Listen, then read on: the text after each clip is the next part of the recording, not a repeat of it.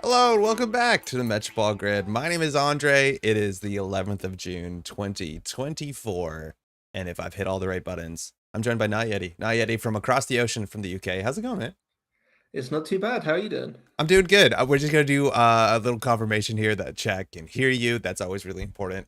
I'm doing good. We're a bit behind schedule today. I think we're now caught onto track. This is something I've been talking about last week, that we'd have a guest because there's some stuff to talk about. Mind you, you probably know. I think like NSG has put an article out recently. I think Ba also talked about it a bit yesterday.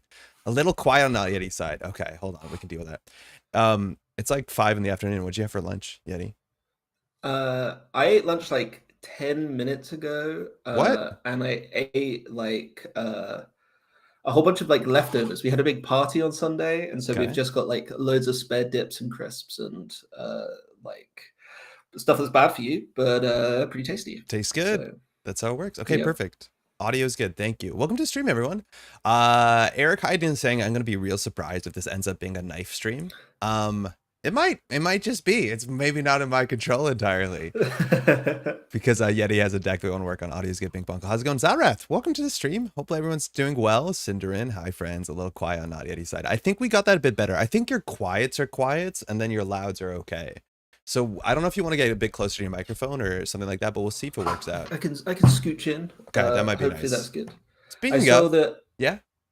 I saw we've got Eric Iden in stream, and I wore my Neon Static merch just for the occasion, but it's completely off screen, so We all know it's there. That's the vintage one. I don't know if you saw the new art designs, the Adamus Doyle that like yeah, just recently came out. It's so really cool. sick. It's really nice.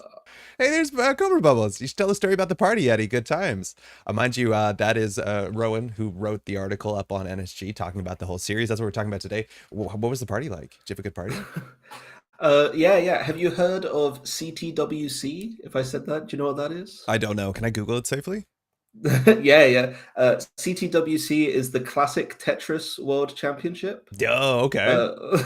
And I've been like big into watching competitive Tetris for like the last year and a bit. Yeah.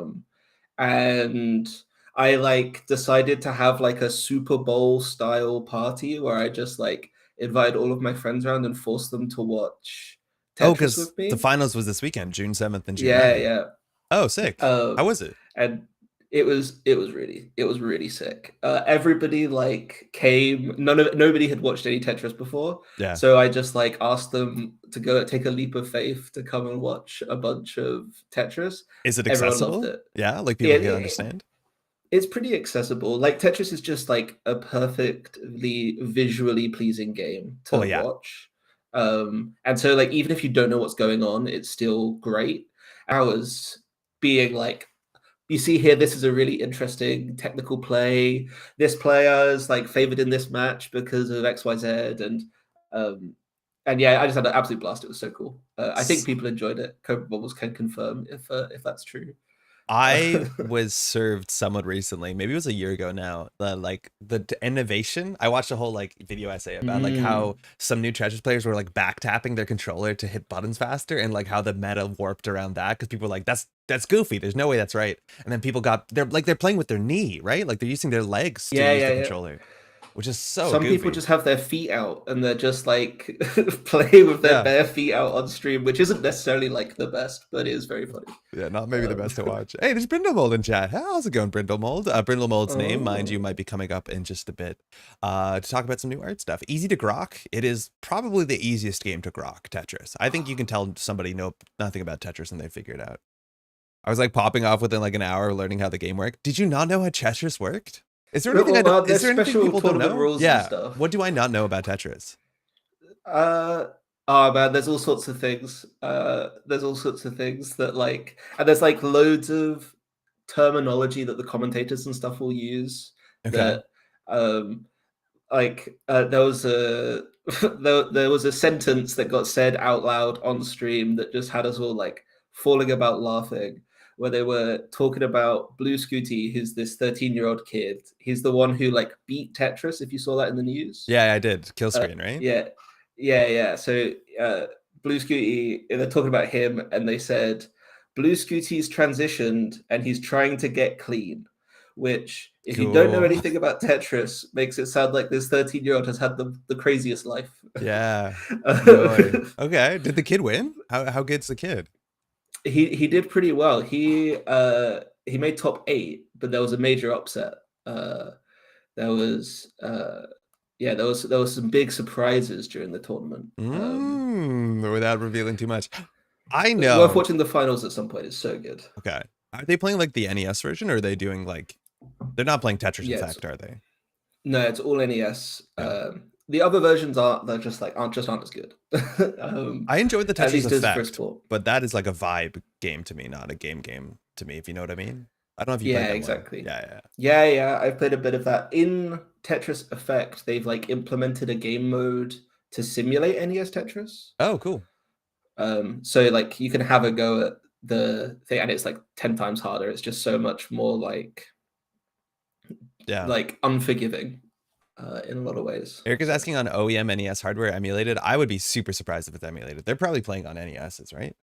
Yeah, they're playing on NESs. They've got big CRTs to reduce the latency, and they're playing on the physical controllers because they need to be able to do that rolling technique that gets them to go so fast. Yeah. Google the rolling technique. They're using the old like gray controllers. The Tetris effect is an actual psychological phenomenon. Yeah, I'm totally familiar. The idea that like the more you immerse yourself in Tetris, the more likely you are to see just kind of blocks falling outside of Tetris, which is I think people are using Tetris as like some sort of psychological soothing salve for the battered and for stress and stuff like that. Battered is definitely not the term I meant to use there. Excuse me.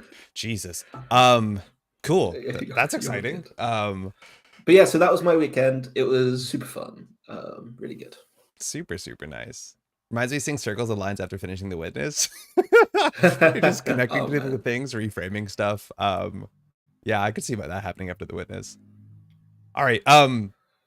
Now, Yeti, there's a big thing we need to talk about. I think I have some images to show up. I'm going to open the article first on stream, and then we can show some of the images bigger, I guess, because we have some like nice art and stuff like that to talk about. Let's do it. But the big thing here is something called UK Regionals. I'm going to open up the Null Signal Games website because there's an article you can follow along. Tournament Spotlight UK Regionals. Cobra Bubbles wrote this up.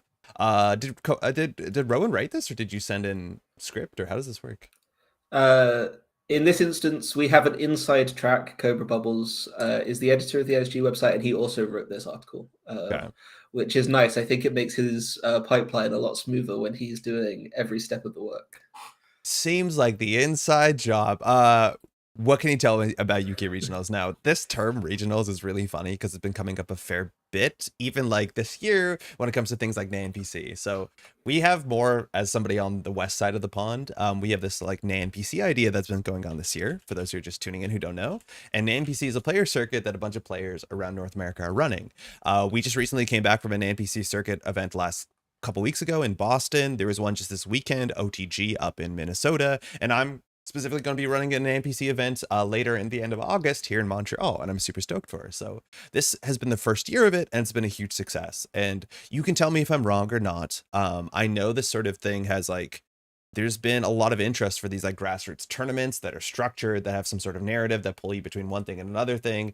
And UK Netrunner has always been a titan of organized play, and maybe there needs to be something inserted there into the middle. Is that kind of where we end up with UK regionals? Yeah, so I'm gonna tell my version of the history of UK regionals, and it might be slightly different for other people. But I started playing Netrunner, I think, in 2021. So I didn't ever go to a regional. Yeah, you don't know what a regional is. That's wild. Yeah, I know we didn't have a player circuit. Like all of these things were like new ideas to me. But like having played for a while, I'd like heard about them a little bit, and I was like familiar with this idea that people wanted something that was between a CO and nationals. Yeah. Because like UK nationals gets 100 people pretty consistently, so Yeah, UK you're nationals going massive. from 20-person CO to a 100-person tournament, nothing in between. Yeah. And early last year, I think there was an episode of the ShadowNet that came out, and Yeah. Yeah. Whiteblade, and they had Bushi on, they had Dan B on, and they were chatting about East Coast Champs, which had just happened, and they were talking about Cascadia, which was also being organized like at the same time, or had just happened. That was the And in-person Continentals last year in this Northwest. yeah, and was like deliberately designed to be like, even before I think it was announced as Continentals, right? Eric wanted it to be this kind of bigger, organized Netrunner thing with some like stakes. And I remember listening to that episode of the ShadowNet, and I got so annoyed by it. It wound me up so much because they kept saying just like, there was just something in the tone of it where they were like, "Oh yeah, well, it takes like a really like good organizer to make these events happen," or Okay. like the UK Slack's always complaining about organized play, blah blah. And so I just decided like, right, that's it. I'm gonna do one of these. I'm gonna like prove that it's not that hard. As someone who says incompetent as me, I'll show you. I don't mean Exactly, that, but that's exactly. very funny. Yeah. Yeah. And I was like, and I'm going to involve like all of my friends in the process, and it's going to be like this communal thing. It's going to be fun. So last year, I and some of our meta ran East Anglian Champs, which was like Yeah. this kind of joke, and we did like quite a job of like always smurfing onto your stream to make sure that like the word was out, and I got prizes commissioned. Go to And East Anglia. yeah, we did all of that. And for those who are seeing the Spin Doctor, this is specifically a Brindlemold art, if I'm not mistaken. yeah, Brindlemold's in chat. I really like Brindlemold stuff. This one's fantastic. I love that Spin Doctor so much. It's really good. And yeah, so anyway, organized this and spent loads of time publicizing it. And 15 people turned up. It was not a success in terms of getting people to come out to an event. We organized it on the same day that there were train strikes. Oh shit. And it just all kind of fell apart. But nobody knew that because nobody came. Everyone just kind of was like, "Oh yeah, you guys organized that sweet event, right?" And I didn't correct anyone. It was just like, "Yeah, it was really sweet. It was great. It was great. Everyone was there. This was streamed too, wasn't it? Yeah, we had a stream up. I remember watching the stream. Yeah, the stream was good. It was like using the overlay stuff that like UK Nationals eventually used after that, if I'm not mistaken. It was the stuff we used at Worlds. Yeah, yeah, it was exactly. The first outing we did for all of that. Whose name is attached to it? I always forget the name because I don't think I've met them in person. It's my friend Alex, but I don't know what his handle is. Yeah, that was the same technology also that was used like the Neon Static stream somewhat recently. And that stuff is fantastic. Yeah. So yeah, and like so we had like a great so yeah, basically after that I had like some people asking me about organizing similar sized events or like similar regionals, that kind of thing. And there was like some conversation in Slack. And it was clear that like other people wanted to do these. And so by the time of UK Nationals last year, we'd agreed that we were going to do a set of regionals in 2024. Cool. So we announced these in person at UK Nationals last year. Oh, this was already announced. Yeah. But without dates, just like the idea that was happening. Yeah, just the idea. Like cool. It was one of those things you've got to say that you're going to do it, otherwise no one will hold you to account, right? So hey, Yeti, how's the Nationals going, or how's the regionals? yeah, I hear you. That kind of thing. And so yeah, basically from there, there were like we had our first meeting shortly afterwards, I think in like December. And there were like 6 or 7 of us. And yeah, and then from there, we've just been organizing it, getting a prize kit commissioned, and doing all that stuff. It's just So yeah, volunteers who want to like run stuff somewhat locally to them, I take it. yeah, so we've got 6 regions, and for each of those, we've got like 1 or 2 organizers who are like have done tournaments before and know the score. And yeah, we think we're gonna have like 6 really incredible events, I think. Super cool. So hold on, I have an image that I can throw up. So there's a bunch of like art stuff that we'll look at a bit closer. I have the poster thing that you shared with me. It's going to cover our faces for a second, but this is like, you can't see it unless you watch the stream, 6-second delay. So this shows that there's 6 events coming across from the UK Regional 2024. There's some art we'll talk about. And the soonest one is the end of July in the Southwest, which is Bristol at Excelsior Games. And then it goes to the Midlands, Southeast Scotland, which is in Ingliston, excuse me, East Anglia and North. So the one that you're specifically organizing, that's the East Anglia one. That's at the end of September, right? In Yeah, Cambridge. so that's the one that me, Cobra Bubbles, and a few others will be running that one. Super cool. So the idea for these events, in terms of narrative or structure, is there anything, there's no like tournament points? Is there, if you win one, does that affect the other one? Does this like roll into UK Nats in any way? Or are they all just like separate, distinct events with their own like, you know, titles to grab? So think of, yeah, you can probably think of it similarly to the way that like CEOs or nationals work. We've produced a prize kit. So whichever organizers are doing it, they're going to get a prize kit and they'll be able to run their tournament. The prize kit supports up to 50 people, and that's kind of like yeah, like 30 to 50 people is the size. We're hoping to have something kind of like Beanstalk integration. Okay. And yeah, I'd say like the only way it's significantly different to say NAMPC is that the NAMPC includes COs and nationals and continentals and all different sizes of events all come together to form this circuit. Yeah. Whereas the difference with this is that there will still be COs and nationals and things going on, but we just really wanted to focus in on this idea of these 6 large or like medium-sized events that weren't using any NSG pricing. They're all unique prizes. Okay. Yeah. Right. And totally distinct from those other tournaments that are going on. Do you know if they're ruled as competitive or casual tier events? The plan is to judge them as competitive tier events, I think. Oh, wow, cool. Yeah, it will be up to each judge's discretion, I think. And like, but yeah, I expect like, especially for the cuts for these, we're expecting like really high quality Netrunner. Super cool. But also just like we would just really want everybody in the UK to like come out to at least one of these. Yeah. So these are starting at the end of July, right? I think the next big event that makes sense for y'all part of the world is Italy. If you want to go to Bergamo, there at the beginning. I hear are you traveling down?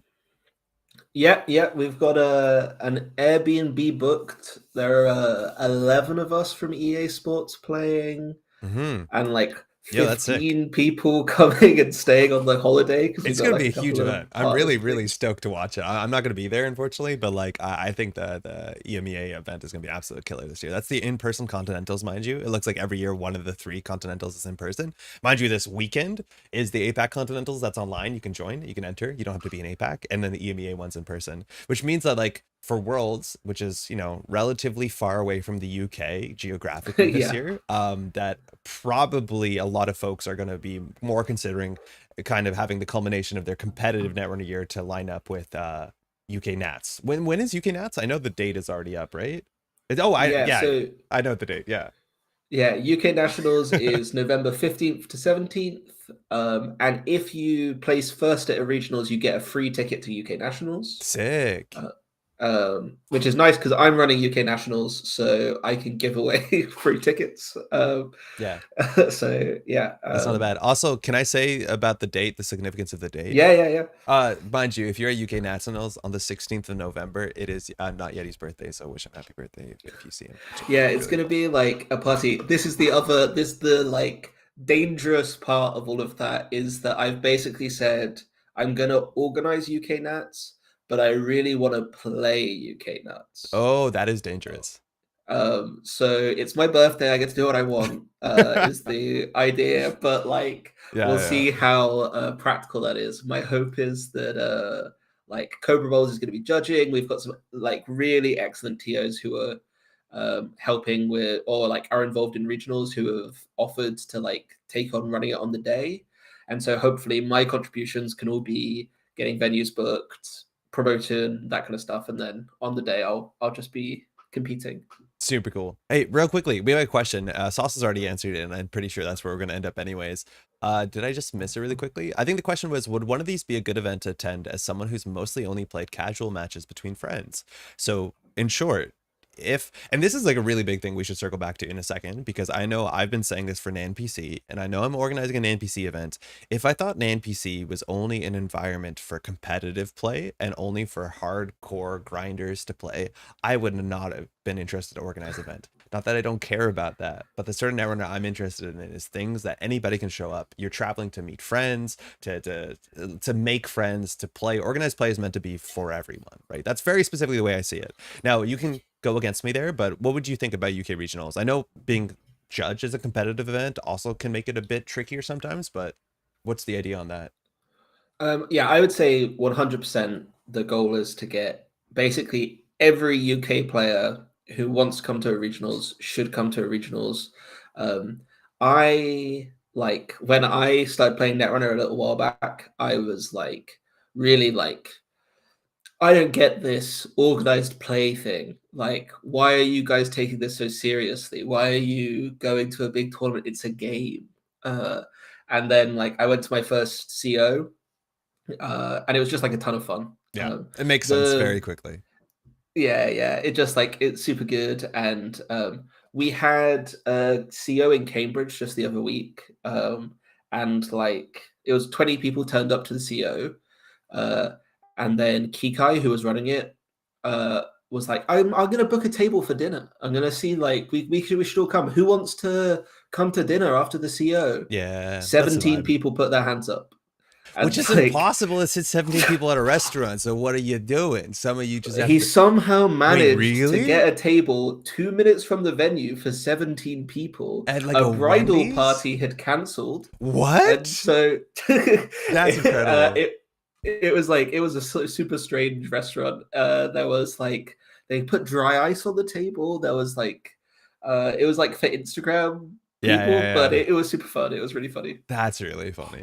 Yeah. No, but like, But yeah, that's the kind of vibe. It's just going to be like cool. some really good Netrunner, but you'll definitely be able to come to the pub afterwards. We'll definitely like go for lunch, hang out, do all that stuff. It's gonna be really nice. Yeah, I can't recommend it enough. This is really important when it comes to organized play on just about any level. Even when it comes to like the Netrunner World Championship, it sounds like a really like, oh, you got to be serious to be here. I've talked to multiple people whose World Championship has been the first event they've gone to, and I don't think I've heard a negative experience from anyone.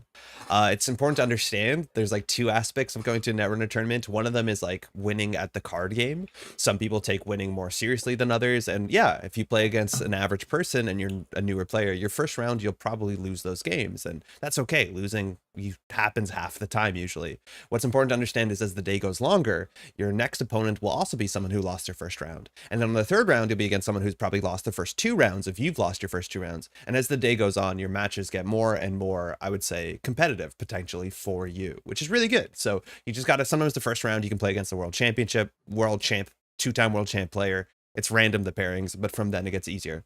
But that being said, I hope it's very clear. The second part of why you go to an event is to meet people, to hang out, to go out for food. And that is the reason that I know I go to Netrunner events. It's an excuse to see people and make friends. And it's really, really great. It's kind of secondary, right? Like 250 people played at Worlds last year. 60 of them were in contention to win the thing. The other 200 just about were there to have fun, which is what it does. Cool. Exactly. And also the other reason to come to these is that most of our prizing is participation. You don't have to win a single game of Netrunner to walk away with some incredible alt arts. I like it. I'm a raffle guy. There's a lot of people that if it was just come to wins would never win any like nice card in Netrunner. Luckily, there's always participation prizes. But if I have extra prize support or if I have prize support, I raffle that prize support just so everyone can get there.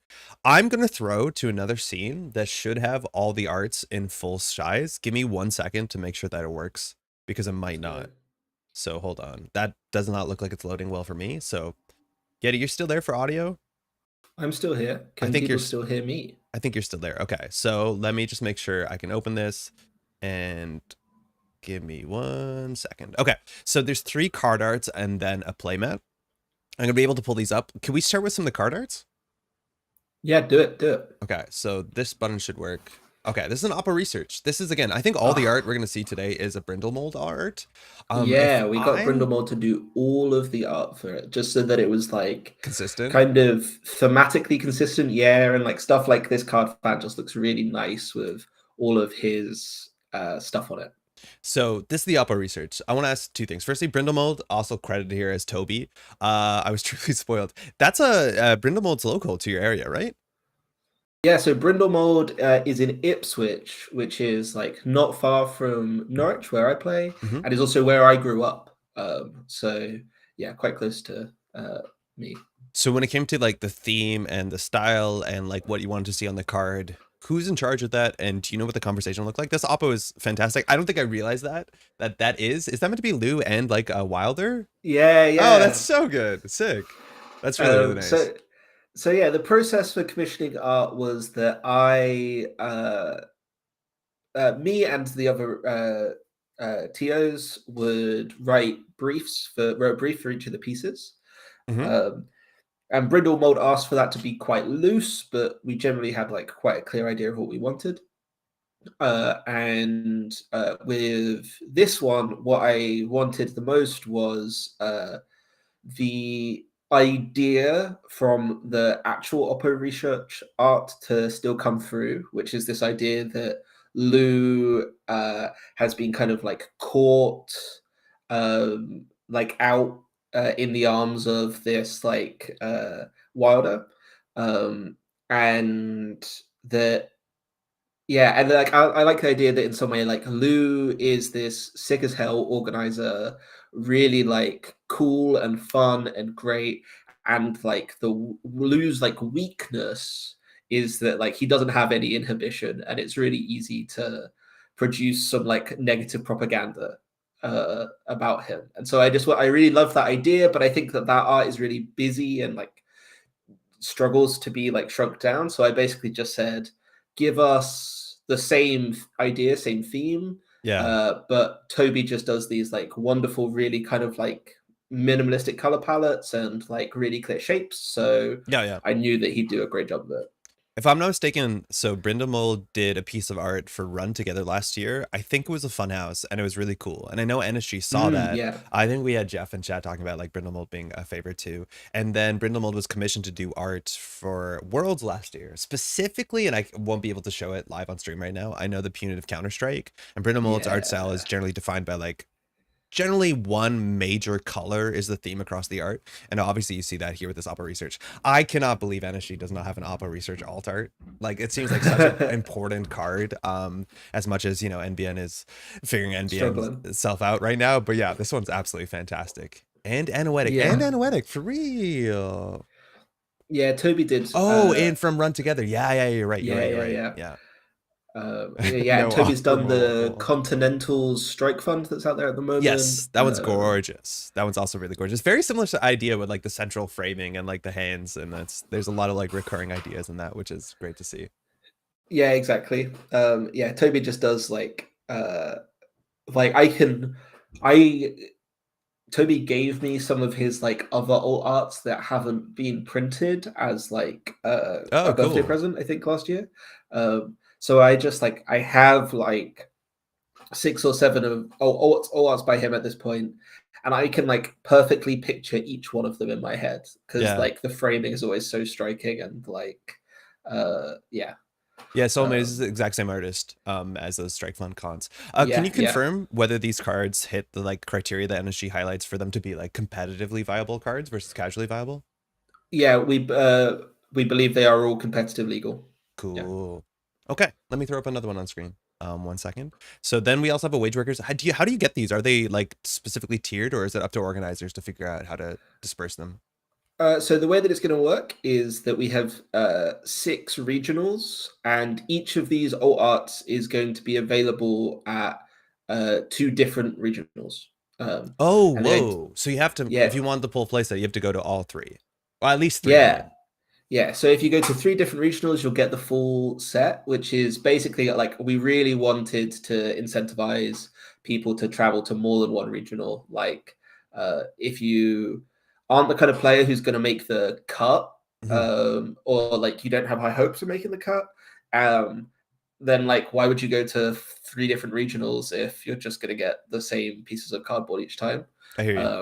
So yeah, we really wanted to give this incentive to travel, and so that's like that's the way we're dealing them out, which I think people have responded like quite well to. And I've Yeah. seen like a couple of people in Discord and Slack and stuff say like, "Well, now I guess I've got to go to more regionals than I was planning," and that's like exactly what we wanted. So That's a problem you want to fabricate. Yeah, no, I hear you. We got Wage Workers Mind You on the screen right now. This, for what it's worth, I believe that the art image you shared to me, this is a full cut, so technically it'll be trimmed off the sides. yeah, This one I actually like a fair bit outside of with the full bleed on it, because you see more of the people on the sides. It's a bit more pronounced than on the cut itself. But this one's fantastic. So this is like a water cooler. You see the work inside it. I don't know if it's intentional or not. And I think like the color palette, especially like the repeating HBs, this kind of looks like Greek pottery to me. Am I the only yeah, one getting that vibe? that's the intention. It's like a Sick. Grecian urn water cooler, Yeah. um, Yeah, with the people which walking and the is color palette too. Yeah, that really hits hard. That's great. yeah, and this one is like I mean they're all kind of my favorite, but the thing I love most about this one is how Toby totally disregarded the brief that I gave him 100%. What was the brief? The brief was to be like infinite rows of gray cubicles, Okay. and delivered the most like colorful, interesting design. Got him. And I was just like, yeah, this is perfect. Please, more of this. Ignore what I have to say more often. That would be great. So like giving somebody an artistic brief of something you see in your head and then like giving it out to someone who's, you know, obviously creative and talented, and then getting something back, whether it's what you expected, not at all what you expected, usually for the better, right? Like it's such a fun experience. I know I've only commissioned one alt art so far, but like talking through that and getting the feedback is like just such a fun process to see like the iterations and the steps. And then most people only see the final product, so they don't know what happened behind the scenes. It's like just a ton of fun. This one's fantastic. The purple color also, like having that as a motif, as the Oppo researches the yellow motif, is it's really cool as well. Yeah, yeah. Yeah, this one turned out great. I really like this one. Do you know which I one really love is this. at your event specifically, if you were in the sort of Cambridge area? Yeah, if you're going to the Cambridge regional, we get the wheels, which is the last one Okay, let to me pull that show. one up. Yeah. Veronica, we were joined by Not Yeti. We're talking about the upcoming, it was just announced this week, UK regional scene. So in short, some grassroots tournaments across the UK. There's 6 of them, just to kind of give you that sort of like mid-tier, mid-size competitive event, big enough to travel to, but not UK nationals, which like I think there's a big demand for that this year. This is Hannah, Wheels Plintra. She's up on screen. You got a red motorcycle bike. Red goes faster. Honestly, I've been thinking more about it. I can't believe Hannah is not a criminal card. Like, it doesn't make a lot of sense to me. I know we want to get some tags and connections in there. This one's also really fantastic. There's no dog, which, like, was that a consideration at any point? Uh, no. So the thing that we basically said with this one was just we wanted an action shot. We just Mm-hmm. wanted like the wheels art that is. I actually really really like the wheels art, other wheels like normal art as it is. Yeah, yeah, it's Uh, great. and like it's friendly and colorful It's fun. and fun. And I was like, give us the one where Wheels is a badass. Like, and I think this one was the one that Toby took like the most revisions over. Oh, cool. Okay. I think it took him quite a long time to settle something that he was really happy with in terms of like color palette and action and framing. But I think that this is just like so lovely, and I really just love the like sinister car in the background. Yeah, the car is very sinister, which is like for as little car as there is back there.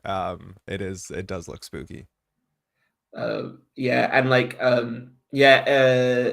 in the end, like Cobra Bubbles asked that we have this wheels art at Cambridge because last year at UK Regionals, UK Nationals, which was the first tournament that our testing team EA Sports like really came out to. They was the year that he was playing the lat list, the ride or dive, which like made deep great dive use of with wheels Hannah. to do the deep dive. Yeah, cool. And so we've got kind of like a personal connection to this one as well. And I also just think that like wheels is like a really splashable card. Yep. And for me, with all three of these, to an extent, like the priority for me, like when picking what I alt arts to commission, was just like, what are the cards that I'm reaching for in my binder of alt arts, because I've already got the regular art sleeved up, and I need 6 copies of this card, and Hannah was definitely one of those. Yeah, it's like a obviously like a skill. There's certain cards that people want alt arts for, either cards that like they connect with, or specifically cards that are incredibly flexible. I think these are all 3 very good choices for both of those reasons, which is fantastic. Now I have some questions, because obviously there's a playmat to talk about. This is like the motif that's going over that is at all 3 events. Like this playmat's everywhere, right? I don't think it's just one event. Yeah. So you get this playmat if you make the cut. So that's top 8 at any UK regionals. Okay. So firstly, maybe we'll come back to this. Are you able to tell which what's it called? Which cities or which events that each of those 3 cards come up at? Yeah, if you bring the article back up, I don't know if it's too easy, but yeah, I think they're listed in the NSG article. So so they will say at the bottom. Yeah, they got participation prize. Oh, cool. So and they say. They list which one's there. So yeah, you can plan specifically which 3 you're going to hit to get your full play sets. And yeah, it should be fantastic. Fantastic. Yeah. So you can find out more here. Sorry, I had to step away from the computer for 1 second. No. So they're all listed here. So they should be spread out, I'm assuming, to some extent. That makes sense. Just throw back to, now I have back up the what's it called? The I'm falling apart, man. The playmat. This angel, as it's labeled, the files are labeled the angel. What is this? Is this a real thing somewhere? Do you not know about the Angel of the North? No. Wait. Maybe. Well, Google the Angel of the North, and you'll get a bit more context. Okay, hold on. I'm searching. The Angel of the North is a contemporary sculpture by Anthony Gormley, located in Gateshead, Tyne and Ware, England, completed in 1998. Okay, we're opening up the Wikipedia page. 1 second. Nobody knows about the Angel of the North. Yeah, no, I don't know what this is. It is believed to be the largest sculpture of an angel in the world, and is viewed by an estimated 33 million people every year due to proximity to the A1 and A167 roads, which are highways in the East Coast Main Line. The design of the angel, like many of Gormley's works, is based on Gormley's own body. The Corten weathering steel material gives the sculpture a distinctive rusty body. So the version that's on the playmat has one of the wings kind of clipped. That is not how it exists today, right? Correct. Yeah. So the pitch with this one. So the Angel of the North is one. It's probably like maybe Stonehenge is like a more immediately recognizable landmark, but this is probably the most like recognizable sculpture in the UK. Oh, cool.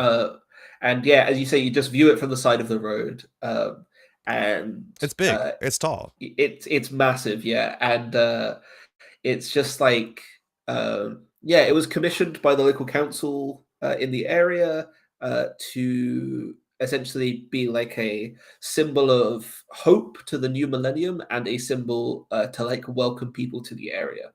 Okay. And it's like, not at all terrifying. Yeah, in Netrunner, we don't have any hope for the new millennia, and we do not want to welcome people to the area. So let's flip it on its head. Let's do something totally different with it.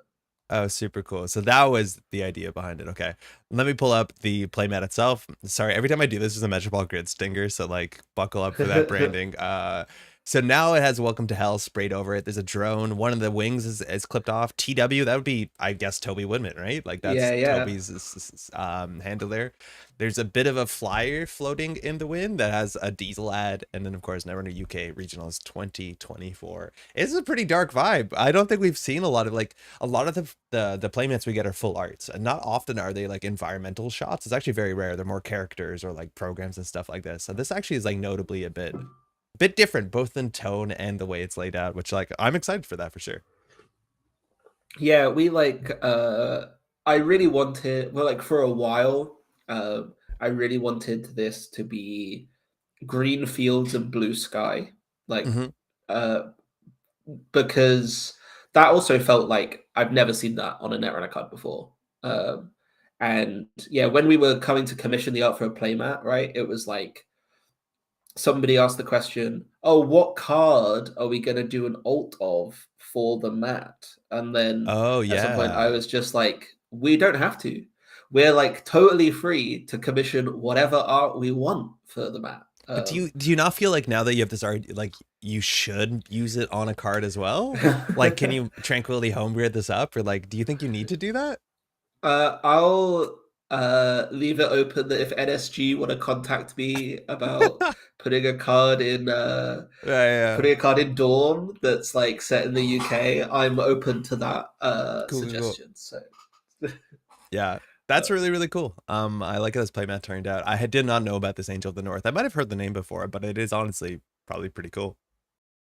It would be awesome to get Angel to canon. Yeah.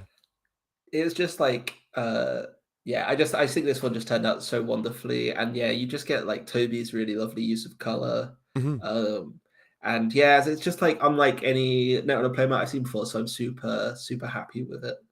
Do you know if the skyline has any reference to what the actual skyline there looks like, or is it just like whatever? So the skyline around the Angel of the North is like open fields and like road. Nothing behind it as far as you can see. There's no city for miles around.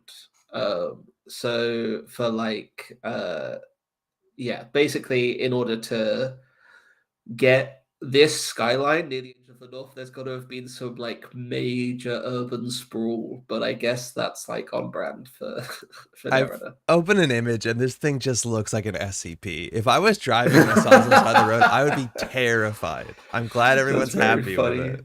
This thing is frightening, but also pretty cool. Yeah, the one like UK specific scene that we have on like a Netrunner card is Global Food Initiative, right? Yeah, it has the London Bridge, right? The Tower Bridge, or yeah. So we kind of wanted to like revisit that idea of like a UK landmark, and yeah, obviously GFI is like a little bit hopeful. Yeah, super hopeful. But like one of the main things is that like Europe and the UK in Netrunner is like not doing well. So is that confirmed in the lore? Yeah, I'm pretty sure. We don't see that much like, Europe. Yeah, exactly. Yeah. I think it's the case that from what I remember, that yeah, like Global Food Initiative is because the corps are bringing food back to Europe because there's been a big because it's required. Yeah. Wild. Cool. Really quickly, Zaller's asking, how do you do the /n search thing? I'm in Firefox. You're not gonna be able to see it on the stream, but if you right click on any search bar, there's an add a keyword for the search. And so I just added a keyword to hit that search bar. You can do it on most browsers. It's not anything very clever. So we're basically going with the 2008 film Doomsday Vision of the UK. I'm not familiar with that film. I've not seen this film, but yeah, I can imagine. Yeah, it's totally on trend for things to be hopeful in London and bleak AF in the Northeast. What we didn't we were a little nervous about the art because we didn't want it to just be like perceived as that, as dunking on the north of England.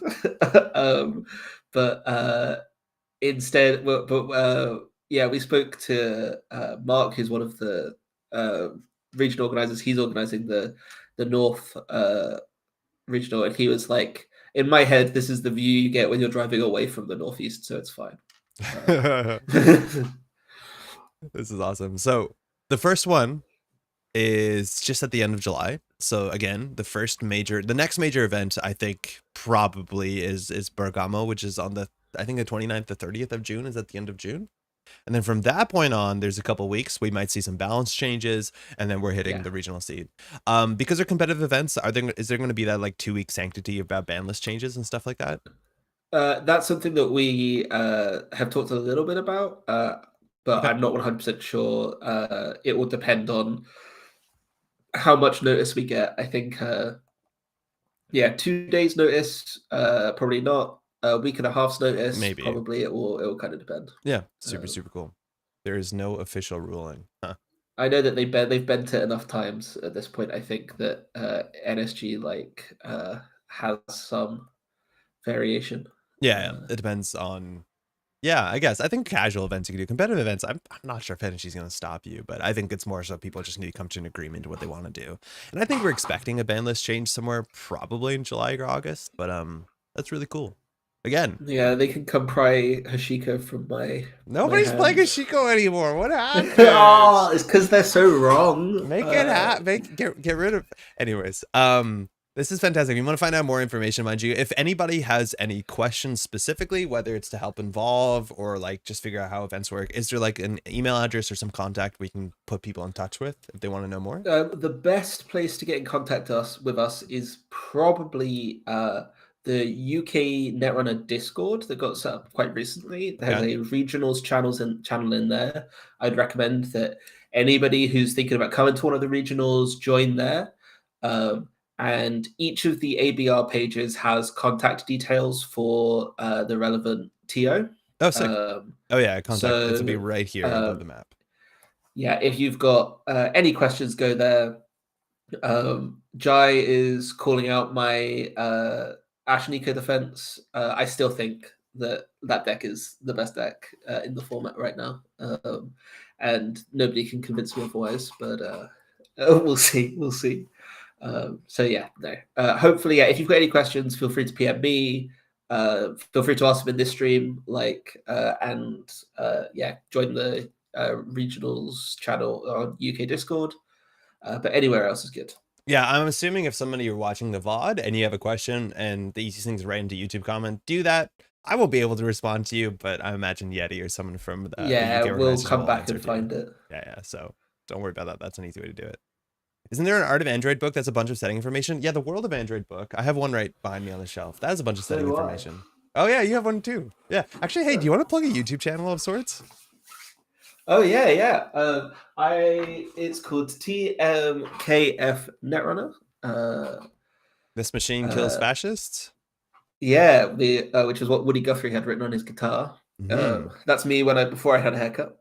And I've been doing these tournament recaps. Have you ever heard of a YouTuber called Majin Bay? Majin Bay, yes. I used to play some Flesh and Blood. I'm familiar with Majin Bay. Yeah. I started watching his Flesh and Blood videos sometime like last year, probably. And I've not played very much Flesh and Blood. Like I've played a little Blitz, but I've not really done much more than that. Yeah. But I just loved his videos on him going to tournaments because he just told those stories and those anecdotes that I love to hear from my friends and are half the reason why I go to tournaments, right? The turn you got snared out of outfit or whatever it was, right? The silly or incredible or clutch stuff that happened during the tournament, as well as all of the stuff around it. And for a while I just spent basically everybody who I spoke to who I thought might be good at doing that kind of thing, I was like, you should make that video so I can watch it.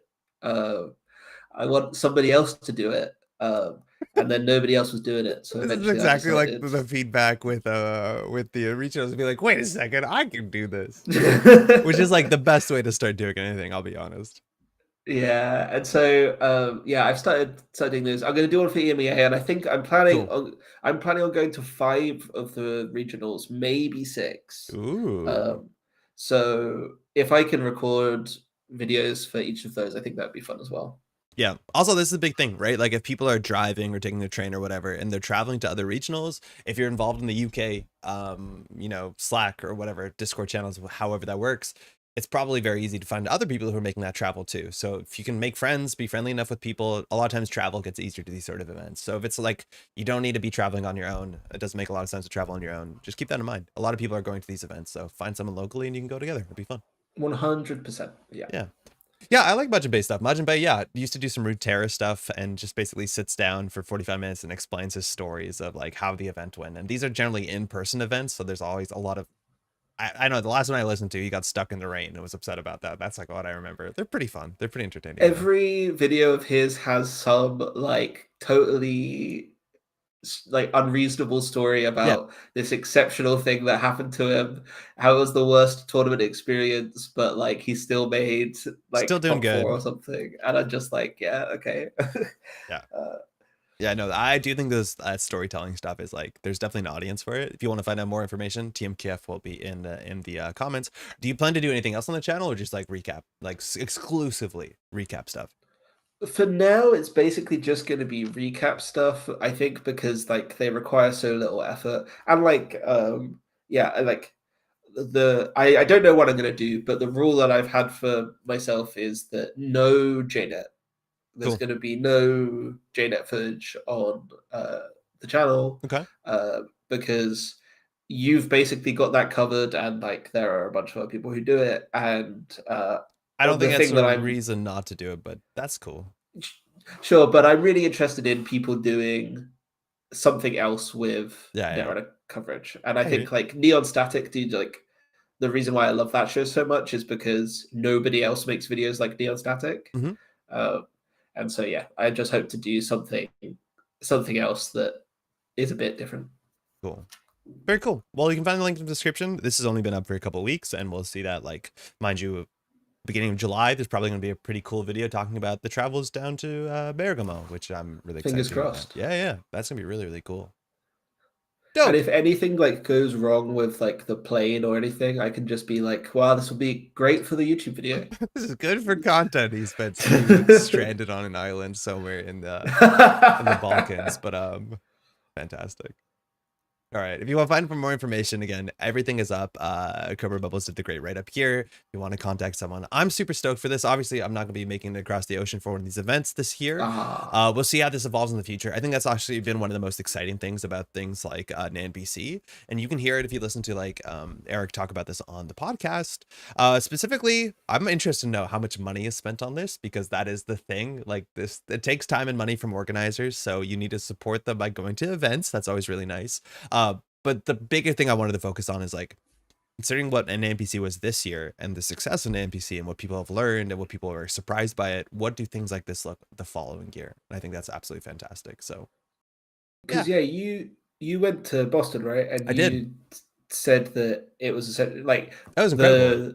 The impression I got from you guys coming back was that it was just like the best Netrunner thing you've been to, because it was just the right size and like just like a great energy. So I played in regionals, right? Like I've been playing Netrunner for over a decade. So this whole like beautiful midpoint of a regional, which is an event that people will travel for because it's bigger than the store championship, but it's also a bit casual, but still people are bringing the good stuff. And then you have people coming from all over. It's like, it's something I've definitely missed.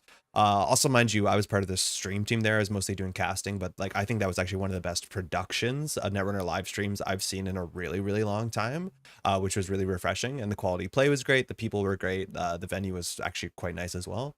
I was like super, super positive about the whole thing. And so I would consider traveling for other stuff of that. Like obviously we're running our own.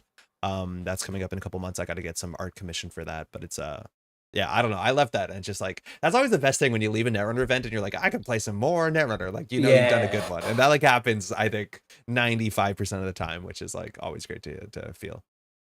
Yeah, exactly. I just like seeing how much of a success Boston was just like really made me so excited for this one because like there were 40 people at Boston, Hmm. and I'm confident that we can get one of at least one of the UK regionals with more than 40 people. Yeah, Uh, I think you can do and that. I- and I think like all of them are going to be like a decent size, and I just think that it's just gonna be so much fun. I'm really excited.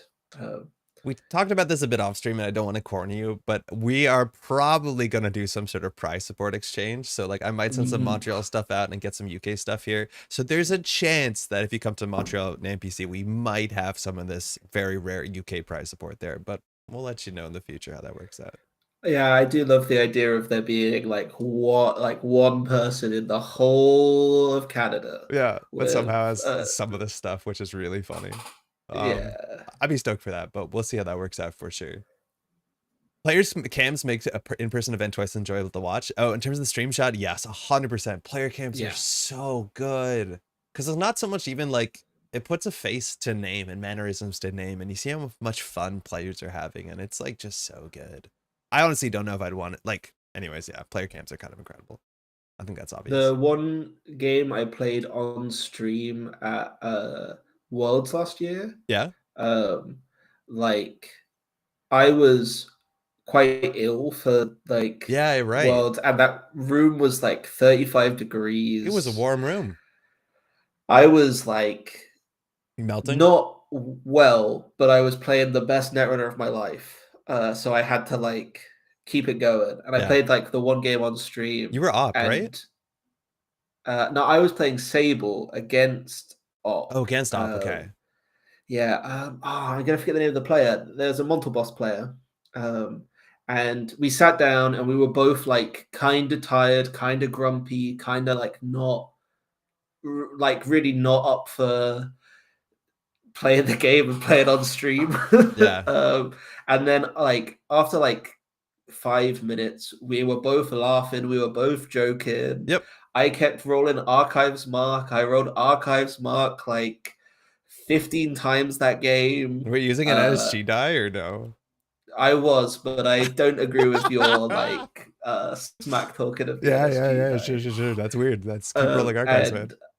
And and then yeah, and I just like I got out a piece of paper, I started tallying up every time I got archives, and yeah, I just like but we had those player camps and I watched it back and I was like, man, I was having so much fun. Yeah. Like I was clearly loving that tournament. Yeah. And it was just so good. I think that was like one of my big takeaways from Boston NPC. It was like at the end of the day, even in the finals, like people are making jokes and like just laughing, like literally just having fun. And I want to keep that in mind whenever I've played a bunch of other competitive card games, especially when it's the top cut, if it's on stream or anytime. People don't often look like they're having fun because they're obviously having fun. They're getting some enjoyment from it, but it's different. It's really different. This game is kind of incredible. It's one of the reasons why I think Soccer is like one of the best Netrunner players. Is if you watch him on stream at Worlds, he looks like he has just called a hit on his opponent. He's like stone cold. He Yeah. looks scary, and he's like the sweetest, loveliest guy in the world. You Meet him got in real life, all smiles, lovely. Play a game against Netrunner against him. Fear strikes your soul. you got to watch out because like Sokka spends a lot of effort reading his opponent and also being like very measured on what physical body language he's giving off. And I really respect that. Like a lot of players, some players are better Yeah. than others, but for Sokka, it's like a non-insignificant part of his game plan, and it like pays off in spades. But he is like he's focused. He's on a different level. It's pretty wild out there. I know when I watch myself playing on stream, like I'm also like I do not look like your friend at all. I'm just like focused, and my resting face is not very kind. It's something else. It's something else. That's for sure. Sindarin's message. My trick against soccer is to play him at pub runner and drink heavily. Yep, There's no pretty sounds reads. pretty good. If I don't have a read, there's no reads to be read. Yeah, I Oh. could see that. Cool. I think we thought we were going to be just jamming so like in terms of news stuff, this is probably where the end of the timestamp ends. I talked about UK regionals and stuff like that, which again, I'm super stoked about it. We're going to be hearing more in the near future. Those don't start for a couple months. Mind you, if you're on this side of the ocean and you want to get involved in organized play, there's obviously a lot of stuff going on the like NSG organized play level. There's COs and GNKs and stuff like that happening. And of course, in NPC, we just had this weekend in Minnesota and Twin Cities, Orbs just ran OTG. Looks like it was a success. I think there's a stream up. I haven't caught it this weekend, but I'm excited to look back at the footage. And then there's upcoming events. I think Philly, if I'm not mistaken, is coming up on that side. Later on this year, there's on the West Coast. There's Montreal coming up. There's probably one more I'm forgetting. Apologies. You can find them all on the website. Did you see my article? No, actually, did you just put up an article? I think it went up yesterday. Was it? Oh, it was a recap article. Yeah, I did see this from American Continentals. I did see it actually. Well done. OGG has day 2 streamed. Okay, day 2, so the finals. Yeah, so there's a recap article here talking about, mind you, the American Continental Championship, which was streamed online. It was about 100 players. This was a pretty hype event. It was cool. We have all the deck lists here, which I love that. You have all the deck lists, so you can just grab them in and play them. And the top cut was like pretty varied in terms of like what you were expecting specifically for a top cut. So we saw like half the field being Shaper. I think Tuno's called out as being like the coolest op player. And like, yeah, I just think watching Tuno is incredible. Mind you, shout out to, I think this is the first Nichan Riel, the first event that she's won, especially of this size, if I'm not mistaken. She was like really popping off in the comms after, but like congratulations to her. She did great. Yeah, I think I heard somewhere that it was her second in-person event, but I don't know if that's true. Yeah, and like not that it was a soft field at all. Like Sokka there in third place. Yeah. Mind you, Hector has also been playing for only 6 months. Undefeated Iswag is currently a decklist of the week. Wenjong did fantastic. God, I'm so jealous of all of these great Netrunner players. Yeah, and then like everyone down here is like just a killer field. Like all of these names you're probably familiar with, and they're just like kicking ass out there. So very, very competitive field for sure. Yeah, I mean, like for Kikai did his Surveyor write-up of the tournament, which Surveyor is incredible. I don't know the URL by hand, but I've really been enjoying Kikai's tournament write-ups. I think they're very, very good. Yeah, they're really, really worth it. And yeah, like his analysis of the top 16 was like it's a combination of people making very intelligent meta calls on the corp side with decks that they like know how to win with and like can do some things surprising, and then people just playing whatever they are good at on the runner side. Like some of these runner lists are like are just like wild to me. Soccer's list is just like the most like I can't believe that he keeps getting away with it. He played this. He did a stream on Saturday, and he streamed for like 4 hours. It was like one of his longest non-tournament streams, and he's playing this, and it's like a cupulation or cupulation. I don't know how to say. I think it's cupulation lat deck. It's wild. And pressure spike, and it's wild. One of everything. Yeah, one of everything is like kind of the shape or treat. This is like one build script. We're seeing more and more competitive decks at high levels play build scripts. Like I think Riel is on 2 copies of build script, and it's obviously a bit better when you're on Onacom. But it's really funny that card just seems to be slightly good enough for these sort of lists. Yeah. I don't know. This list does look fun, and I think cupulation, if you're gonna see it anywhere, you're probably gonna see it in Shaper, which is great. Hey, Kat. Does anybody know the Surveyor link? I don't think we're going to dive into today because I don't think I actually know the OTG results just yet, but I'll link that in the description ideally. People miss Deuces Wild. Yes, this is the closest we have to just like vanilla Deuces Wild, which is unfortunate because this card is so boring. It is just so boring. At least Deuces, you make a choice. I do miss Deuces, but I like Bahia bands. Yeah, you can play Bahia bands there. Obviously, it's a bit different, but it's the closest you have to it. I think it's a better Deuces Wild. Like, not a better Deuces Wild, but it's a more interesting Deuces Wild. Yeah. Pretty cool. Yeah, wicked. All right. You shared to me a deck list that I think we can try out, which let's do it. It's pretty fun. Hold on, let me just pull up the list real quick. I need to import it, I think. Actually, maybe I don't. Give me 1 second. I need to grab it in Discord. OTG results hot. I looked at a bit of the top cut. There's like there's like 30 plus players, and there's like 2 Hoshikos in the whole tournament. So I don't know what's happening. I really don't know what's happening. Yeah, like I have no like. If you're trying to tech your decks for APAC this weekend, you're like, oh yeah, let me just predict what I think the field's going to look like run aside. Best of luck. Like, I have literally no idea how you'd even begin to like start making decisions like that. I think you should be able to beat Shaper. Yeah, but like week to week, it could be a totally different I don't field, I know. think. So mind you, yeah, that's really important. APAC Continental starts this weekend. It starts for my time zone. It starts at like 10 in the evening on Friday, and then day 2 is a Saturday evening, starting about 9:30 in the evening. I'm gonna be doing some commentary for the first couple rounds before it gets way too late, which I'm really stoked for. But that'll be coming up really soon. And like APAC is usually the first Continentals. I think people are glad that it's not this year, because usually it's like the experimentals and then like the meta solidifies. So we're halfway there, and then obviously this is going to culminate into northern Italy. Hey Ren, new guest Tuesdays. This is not Yeti. Just watched Sokka's Cup stream and he explained Baya has a higher ceiling. Is probably fine playing that slot too. Yeah, I'd believe it. I'd believe it. I think it's harder to play easily on turn 1 if you don't have economy, but like it's probably a more interesting card in general. Which shaper? All of them. You have to build around all of the shapers all at once. Every single one. Just beat shaper somehow. I don't know. Arasana, World Tree Arasana, Kit, Lat. I'm sure that someone's gonna win one of Continentals with Tau just to prove me wrong for I think you leaving him off the could. list. Yeah, I think people are like even playing competitively enough. Akiko, which like I don't think is your first order optimal strategy, but like it could win games. Yeah, and I had like I sat down across from someone at Pub Runner the other week, and then had to play a game against Padma, and I was like, Yep. I guess every shaper ID is good enough now. Hey, I think every shaper ID is good enough. Padma and Kiko and Yasha is around too. Yeah, they're sort of like Sun to Centrals decks. They frustrate me, but sort of like shaper that's also playing Iru. It's like I don't know. I don't know. yeah, They can win games for sure. This list is interesting, and I do think one thing I've seen from the data so far is one of the most performant corp decks is Sports Metal, and it's just doing good. I do think eventually if shapers are strong enough and there's enough shaper, that becomes a harder matchup around Clot and around the fact that they can't rush out behind a single piece of ice, and then things like Trick Shot is pretty good into you. So that's a bit tricky.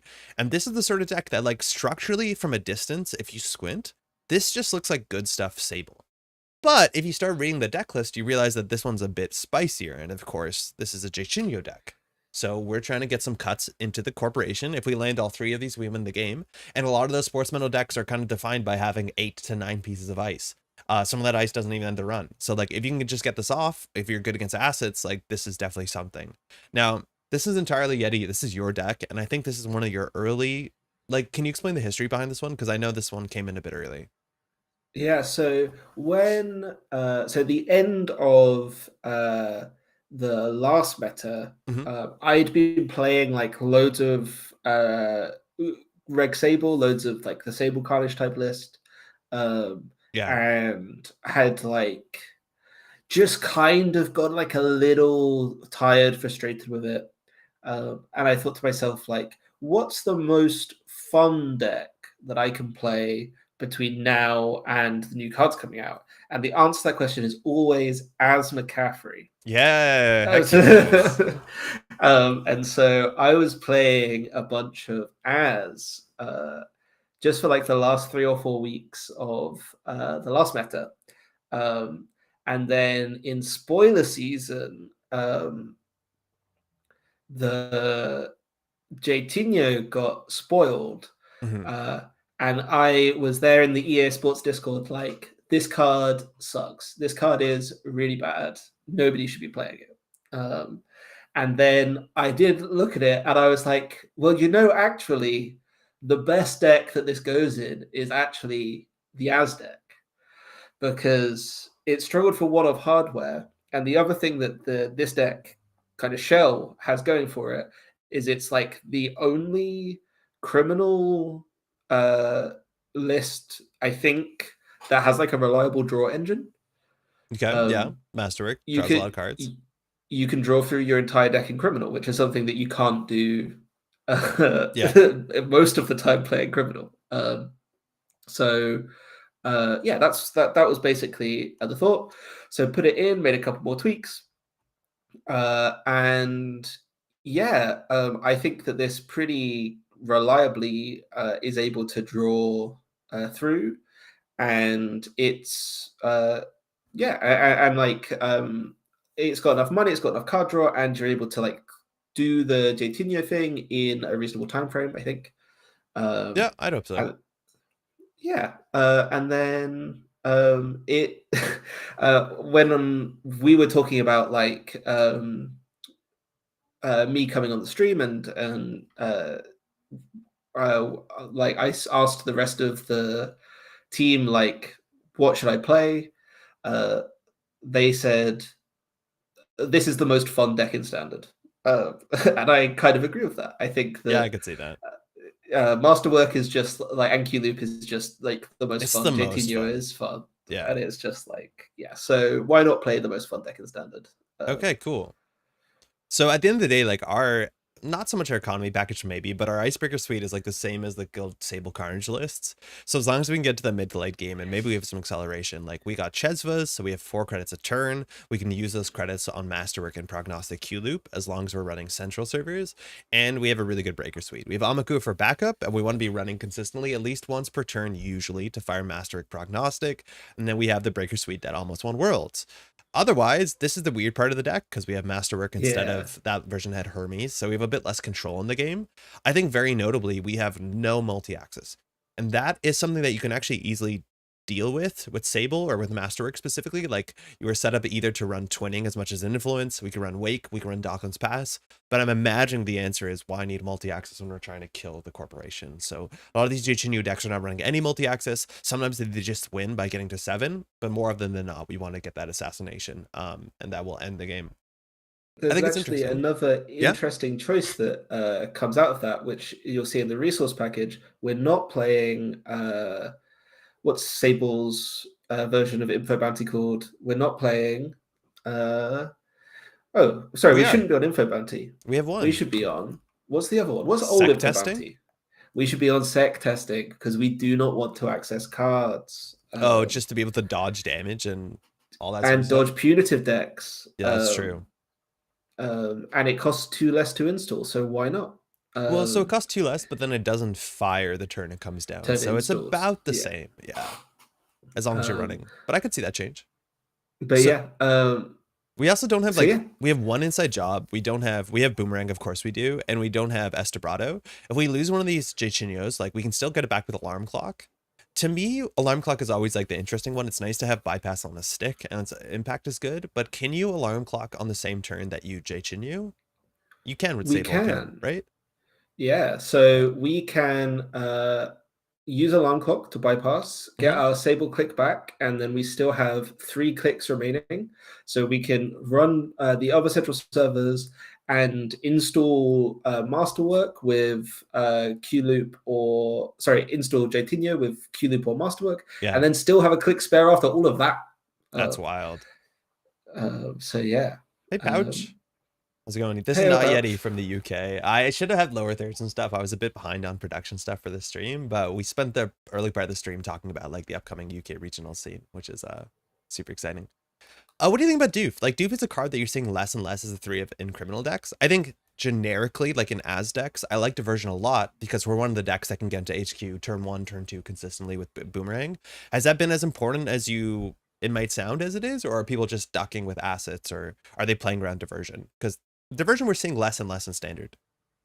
So yeah, I think that Diversion of Funds is actually one of the most important cards in the deck Mm-hmm. for exactly the reason you talked about, which is we can reliably do this on turn 1, and we can reliably do this at several points during the game. Yeah. And also like we need to be applying economic disruption to the corp to stop them from just winning before we do. Yeah. Like if we're racing out sports, like we just need a method of slowing them right down, or like and just giving ourselves that little bit of extra time. I've won games with this deck on like turn 4 or 5, but realistically, you are looking to win on like turn 9, 10, Yeah. 11. Yeah. And so, yeah, it's just like a really essential tool for slowing them down. Cool. From a distance, this doesn't look like it has enough money. I think it probably does, right? We're on 3 Bravado, 3 Dirty Laundry, for sure Gamble. We're not on Carpe Diem, but that doesn't exactly make sense with our game plan. We're making hopefully a lot of economic compression with like Chesva, Prognostic, Masterwork. And then of course we have Daily Cast. We're also only on 2 Class Act. Ideally we have a bit more card draw. And mind you, Masterwork, Class Act works really well together. Sometimes it's a bit of a nombo with Prognostic as long as you trigger your orders really well. And then 3 Diesels. Can't get better burst draw than Diesel. I find these sort of decks like I really like, even Blueberry Diesel sometimes in as decks, because those decks are a bit of an engine where like you just need to find your Masterwork as soon as possible for your deck to become a deck. I have never installed Masterwork for 2 credits. You know what I mean? Like I've always installed this for 1 credit with as drawing a card. I've never paid 2 for this. Obviously that's still pretty cheap, but I'm excited to see how that works. You want to give it a shot? I think we just changed this info bendy, right? To price it. Yeah, I think so. Okay. Yeah, I mean, like, if depending on how many games we play, I'd be interested to see if like this shell works with the stuff like people have been playing Mester Chesva, not Mester Chesva. Which one? Oh, Matryoshka. Oh yeah, and just not have actual like find real breakers. I could see that being a thing. And like if we find we're struggling for money, I think like there's stuff we can do with it. Like this deck has a obligatory miss bones, and like there's maybe a world in which we decide to go like more all in. It's kind of I think there's room for a little bit of play with this. So yeah, let's just see how we go. And so the idea is that against horizontal decks, like if we were playing this into Reality Plus deck, 1 ban list to go, I think we'd actually have a pretty good matchup. You obviously don't have to deal with Bolognas, but we don't care about stealing agendas anymore. So yeah, hopefully we can just get there. Yeah, there have been various versions of this deck that have what's the criminal quest card? Is it Exploit? That's Exploit, yeah. Which I thought was actually ended up being really good because you get to, with this deck, run all 3 central servers, play Exploit, and still have 2 clicks left over. This is a Smurf trash to imp. Who the heck is this? Well, let's find out. Sports Metal, that's okay, I guess. They heard you. Yeah. And this is a great hand. Holy crap, that's a good hand. Thanks, you too. Whoa, that's a good hand. Right. Let's see what they ice. So they mulliganed. So it mulliganed, excuse me. So our start here, we can always do like gamble into Masterwork. We can Dirty Laundry, get a Jai Chinyu down. Is it possible to Jai Chinyu turn 1? It is. Do we just Jai Chinyu turn 1? Yeah, let's think. So if we were, let's keep and see what they do. Yeah, we definitely keep that.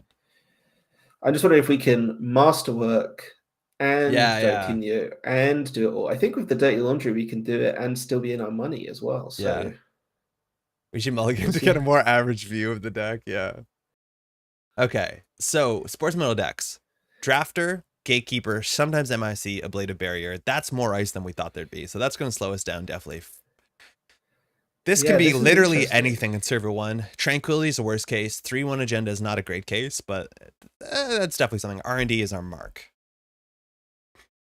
R&D is the mark. The thing that I would be looking to do this turn... All right, how do you want to do this? How much... How do you want to cooperate on getting through this? I think we should... I'm going to let you take the wheel for the first one, because I think you've played a bit more than I have. I'll explain if I, like, disagree, obviously, or, like, what other lines are possibilities. But how do you think you start this?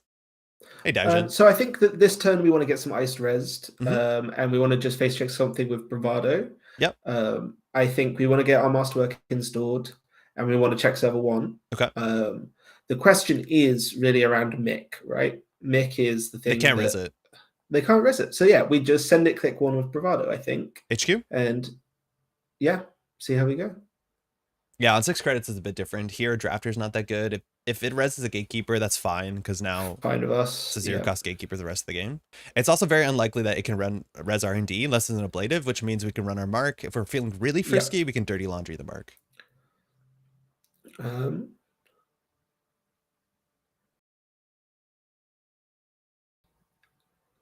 Do you want to Dirty Laundry R&D and just say that it's not an ablative? I wouldn't. I think that we are going to play the sure gamble this turn, and we've got like enough. Do we value run R&D because of Mark then? Just I think we regardless? do. We do value on R&D. Do you want to do now or? I think you play the sure gamble first, just in case you're going to have to trash something. I don't know. See an Imani Sinai off the top or something? Oh. See a Dupestad grid off the top? We can draw that, I'm pretty sure. Yeah, let's so check do you want to Dirty Laundry server 1? If we can still get our masterwork down, in theory we could have done in the other order. Yeah, Spin Doctor's going to make you sad here. It's another Dupestad. I don't think we care about that. Really?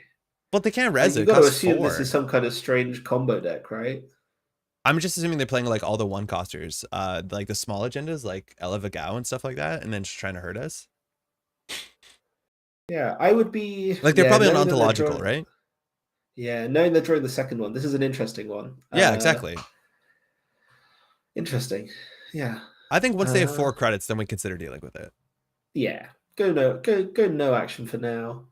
And I think we're Masterwork last click. Yeah. Cool. Diversion, nice. So they can obviously duck it. We have no breaker. We just don't want to be caught with no cards in hand. Yeah. Hot take of the week, DJ Fenner should not exist because ID should be unique to the Netrunner. Yeah, I don't think that's a hot take. I think that's what a lot of people would expect. What on earth? What does Dupestad do? It's only on score, right? Only on score. Yeah, okay. So that looks to me like it's probably an NGO front. Or which maybe is a surprising. Yeah, everything so far has been surprising. Yeah, I would say so. So Mark is R&D. R&D Mark. I wonder if we have to worry about like core damage ice. Yeah. Do you want to draw once? We're gonna want to draw. There's kills in the deck, but no snare. We can draw once here. Yeah.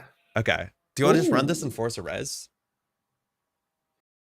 Are there any traps here that make us on 0 credits? We could die to Urtica. That would be the worst case. Draw a card before we run it then. Okay. Oh, that's a great one. Okay. Yeah. So next turn we're going to be looking to Doof and Jaitinho. So yeah, forcing a pop here is good for us. Try running it. Do we install the boomerang? I think we could install the Jaitinho so we don't risk losing it. Draws a card. Oh, now we draw misspells. I hate that for us. Why not pin all the pressure the Dupestad?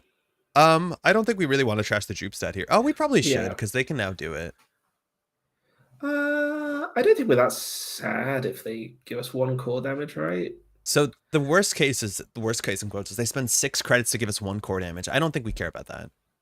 No. So do we just install the Miss Bones? I think it's the best card in our hand. The plan, I would be very tempted to draw. Yeah. I like that. Okay, cool. Because yeah, we have to understand that it can duck. Now, if it ducks, we can just like run it.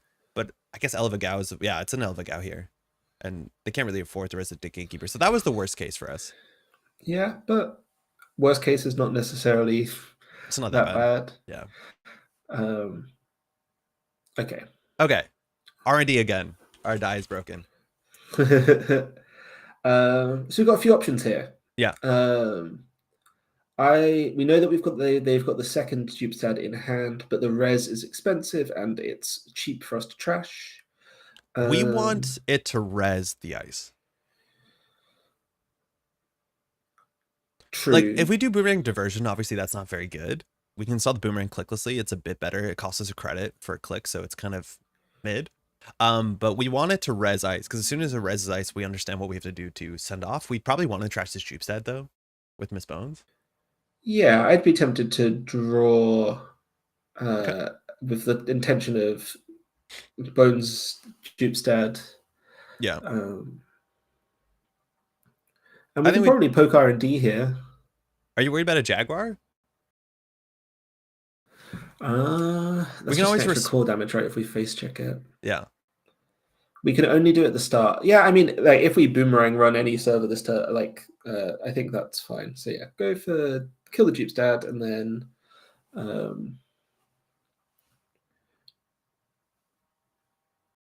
So we know 1 card in its hand, which is another dupe.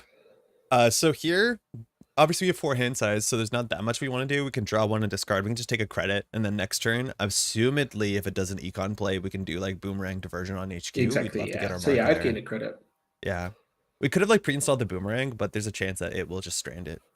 And we've got masterwork, like we can clicklessly do it. Okay. Yeah, let's S- boomerang doof. So it makes sense to install the boomerang. Oh, excuse the mark. It makes sense to install the boomerang with masterwork, right? It's yeah. Neutral. So we'll install this here. Boomerang here. In theory, you should masterwork first. Another doof. Nice. Hey. So we can actually get a J Chinyu off this turn. If they res. No, either way, right? We're gonna get either way, yeah. This is nice for us. This feels good. Can Mining Accent replace the Paladin? It's tricky. Maybe. I think Chesma does what Mining Accent does, though. We'll take the 3 credits for sure, right? For sure. Okay, and then we'll just care about accesses at all. Nope. Problem is if we hit like an agenda, they'll kind of bounce back a bit, but we have a diversion waiting. Spin. Ooh. Probably should trash that. Yeah, I think we can afford to. Zombie, thanks for dropping by. And then click to draw or click for credit? I would click for credit because we have Diesel. Yeah, that seems sensible to me. All right. It doesn't even ask you. Jinu just goes like, at least please ask. What if I don't want to? You may. It does say yeah, may. It's a may. JNet. So now it doesn't have a lot of plays. We know 1 card in hand. We know it didn't draw a Spin Doctor. It probably wants to feed us an agenda. So there's a chance. We're not excited. 3 cards, it can res some ice. They threw something out too, which they might be on Nightmare Archives. We have to watch out. Yeah. So let's Diesel. Yep. R&D's the mark. All right, another safety boomerang. We might not have to do that much this turn. Yeah, I'd be tempted to poke R&D. Play Daily Cast this turn. Yeah, that's for sure what we want to do. But do we poke R&D for the free run? I think we do. Okay. Actually, we don't care about value accesses. So unless we're planning on doing a masterwork install, I don't think we are. Then I wouldn't. Yeah. I think we can only get punished from doing random accesses. Yeah, I think you're right. Like we have the boomerang due for next turn, so we could do cast credit. We could draw cast. We could draw to because we could overdraw and get rid of the masterwork. This seems a bit too expensive for us. It does. It might get us towards J-Tinio. But yeah, for now I might daily casts and click for a credit. Do you care about Nightmare Cat? Oh no, not at all. Why does this deck not run Wizard's Chest? It's because we have like 10 or 12 hardware. Yeah, so I'm not a huge believer in the Wizard's Chest plan. I think like criminal struggles with most like with its economy and its draw, and you need to spend your influence like doing those things. And Wizard's Chest has always looked like a bit of a trap to me. We're going to draw through a whole deck anyway, so let's see. Yeah, if we think this is the second Dupestad, we can diversion. We'd have to run it. I think there's a chance it's let's a small diversion agenda. first click. Yeah, right. But then they res the Dupestad. Yeah, we don't have the win yet. Like I think we need a check server too. Do it. Because if it's not a Dupestad, we can still consider boomerang diversion. Yeah. I'm not going to install anything. Okay, second Spin Doctor. So then we know the Dupestad in hand. They might have discarded it. It seems a bit expensive. Ontological is a 3/2. So Spin Doctor and NGO front. Okay. So in theory, we could just go diversion, bring them down to 0. Let's do it. So this is going to be 2 clicks. Wait, what's the math? So we do 2 clicks to get all this down. They're on 0. Then we install Class Act. Yeah, that seems fine. Sounds fantastic. Masterwork draws. Ooh, good card draw. Great one.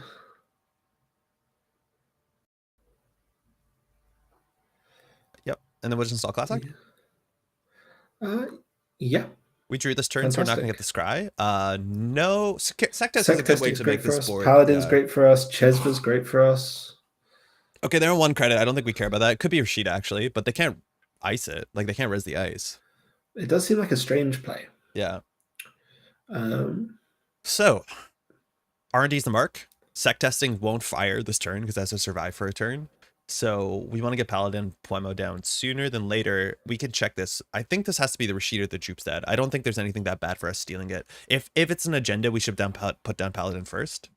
I agree. I'd install Paladin, run the remote. Yeah. Rashid is the only thing here we need to trash, but it's probably like a what's it called? A Hyperloop or something like that. Yeah. Yeah, there you go. Hyperloop. So they're going to get the money, and they're going to get also potentially card draw. I don't know why the art is not loading. So they went first. They're up to Strange. 6 credits. If we draw here, we get a filtered draw, but we only have 2 clicks left. If we drew, we go up to 6. We could play the sec testing. I don't love chucking anything out of our hand here. No. I would play the sec testing and the Chesva. I don't think the Chesva does anything. It does on our masterwork. Oh, installs. Yeah, masterwork. You're right. Yeah, fine. I could see it. So now if we get a Unity, we're going through Gatekeeper for free. Could be an NGO front, could be a salvo testing. This can be literally anything. Ideally here, salvo testing would be sick. Ideally here, it also could be a Sable overrider. We want to get a way to contest server 3. So a boomerang would be the best top deck. Our mark is R&D. I guess that's where we're going to always put the sec testing because we don't care about the axis. Yeah. Okay. Yeah, unless there's another server we think is easier to run. So Diesel for 4? Yeah. All right, inside job is good. We don't need the paladin. We don't need the paladin. So I think we just inside job this. We might take 4 core damage. I think it's an NGO front.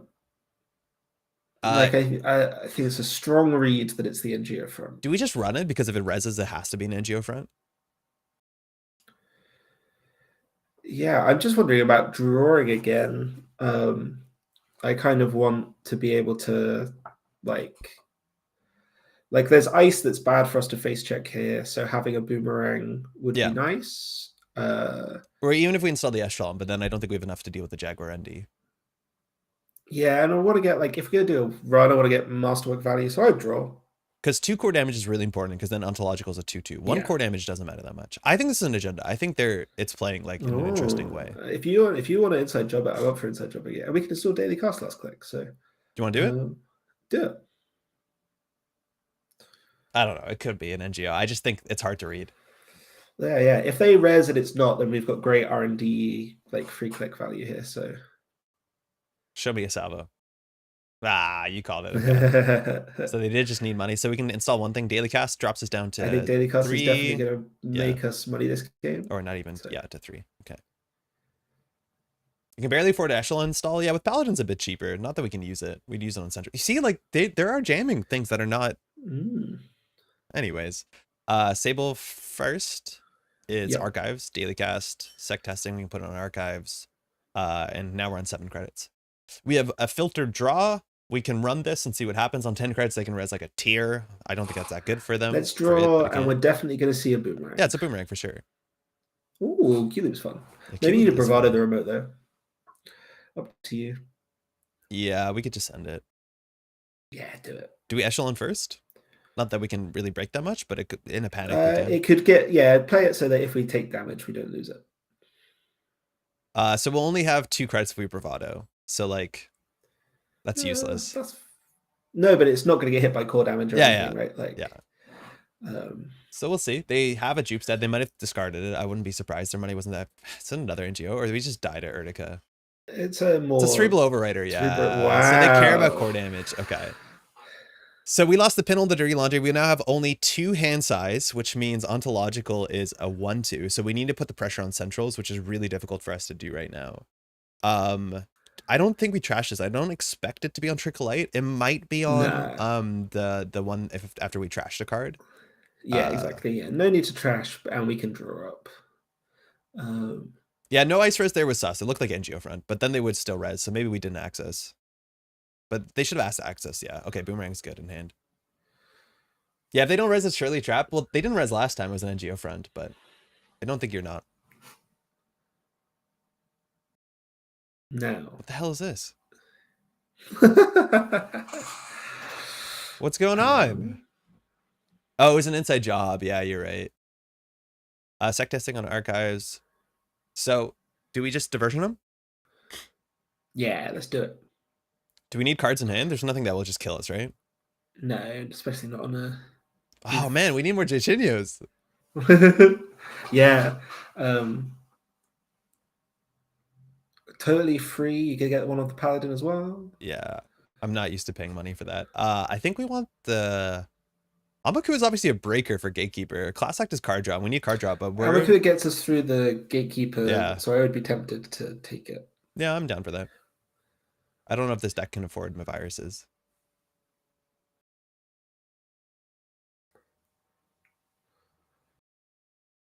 It's going to be like distributed to end the line. Yeah, it could be. We don't have tech for that. Luckily, they don't have money. So they can always, well, now they can install a jupe stat to do another core damage. So I think we just draw up. Do we get Amakua down run archives?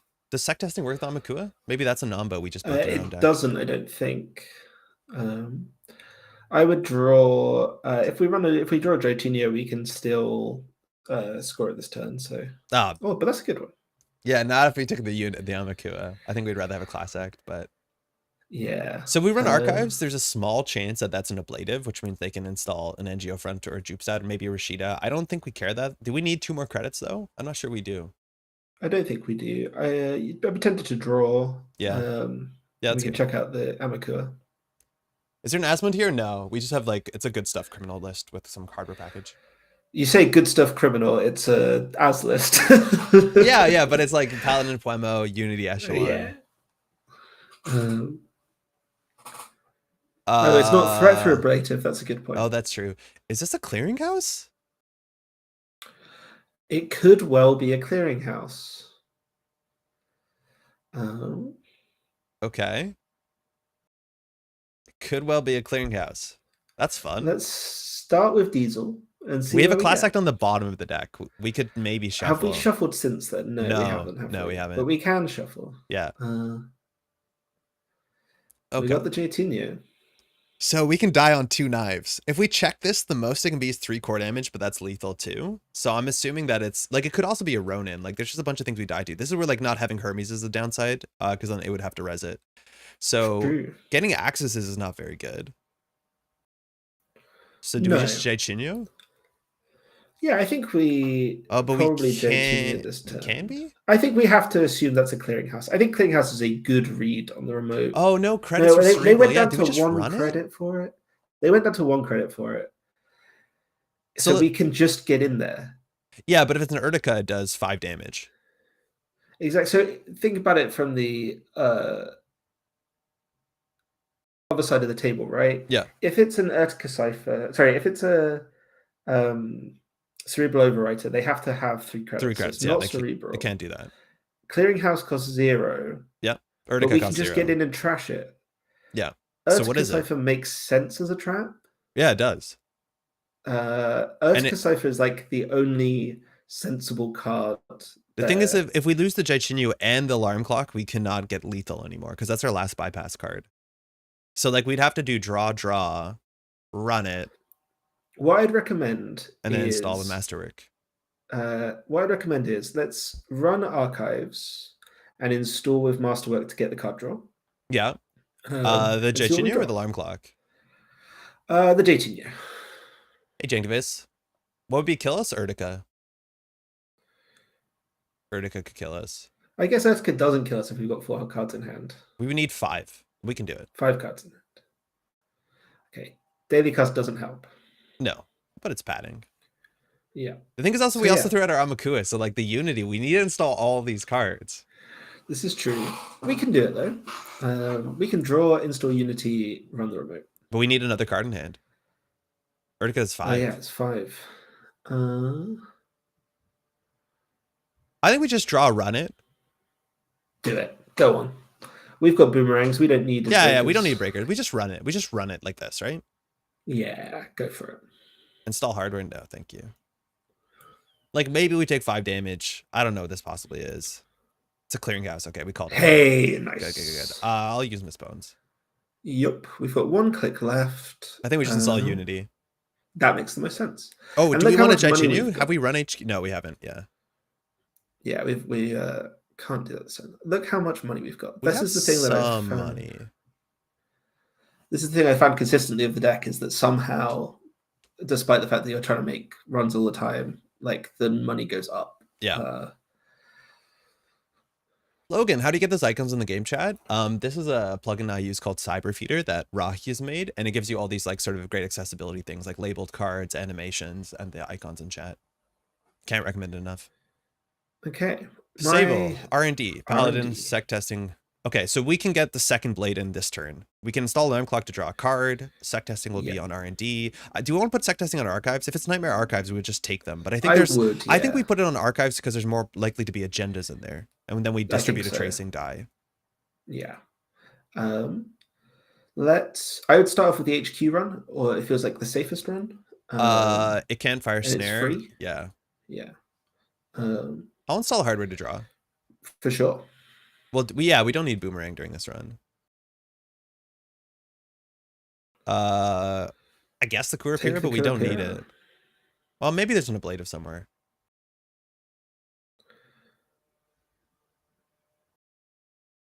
Seamless. Is that a problem for us? I don't think so. Like Ronin seamless? I don't think that kills us. Okay. So now we can run archives. Yeah, run archives, run R&D. We'll have 2 clicks spare. Yeah. An ablative heal will be the only upsetting thing. It's still not threat. And we have enough clicks that we can just like install Kurapira and run back. I think we draw run R&D. We might as well just run.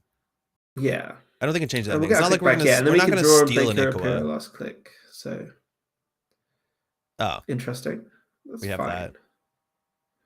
There's ways this could go bad for us. How much does distributed tracing cost? 3. This needs to now be Rashida. They need 7 credits to kill us. A Cyber Feeder, it's only Firefox, Logan.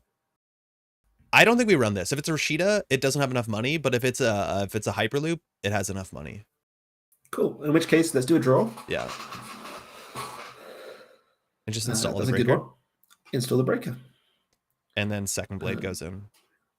Okay.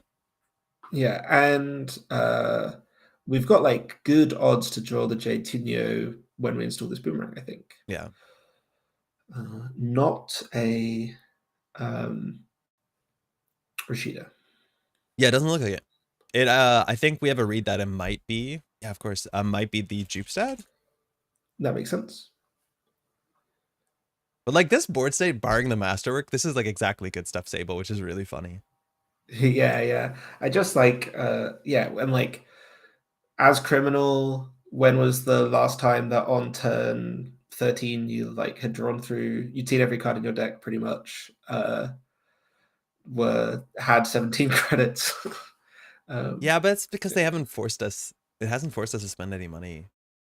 Interesting. Like it's rezzed 1.5 ice. Ooh.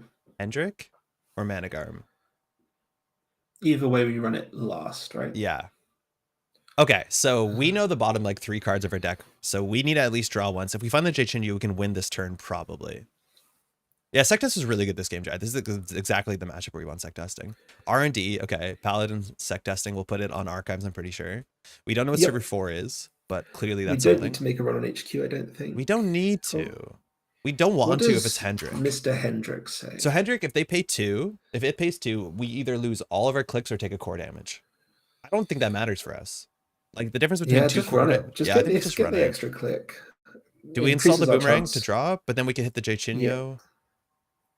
I don't think we draw on this. Yeah, we draw on the next one. Yeah. Sectation H could be good, yeah, but I think we're gonna run archives and steal like 3 points and then they'll be able to kill us.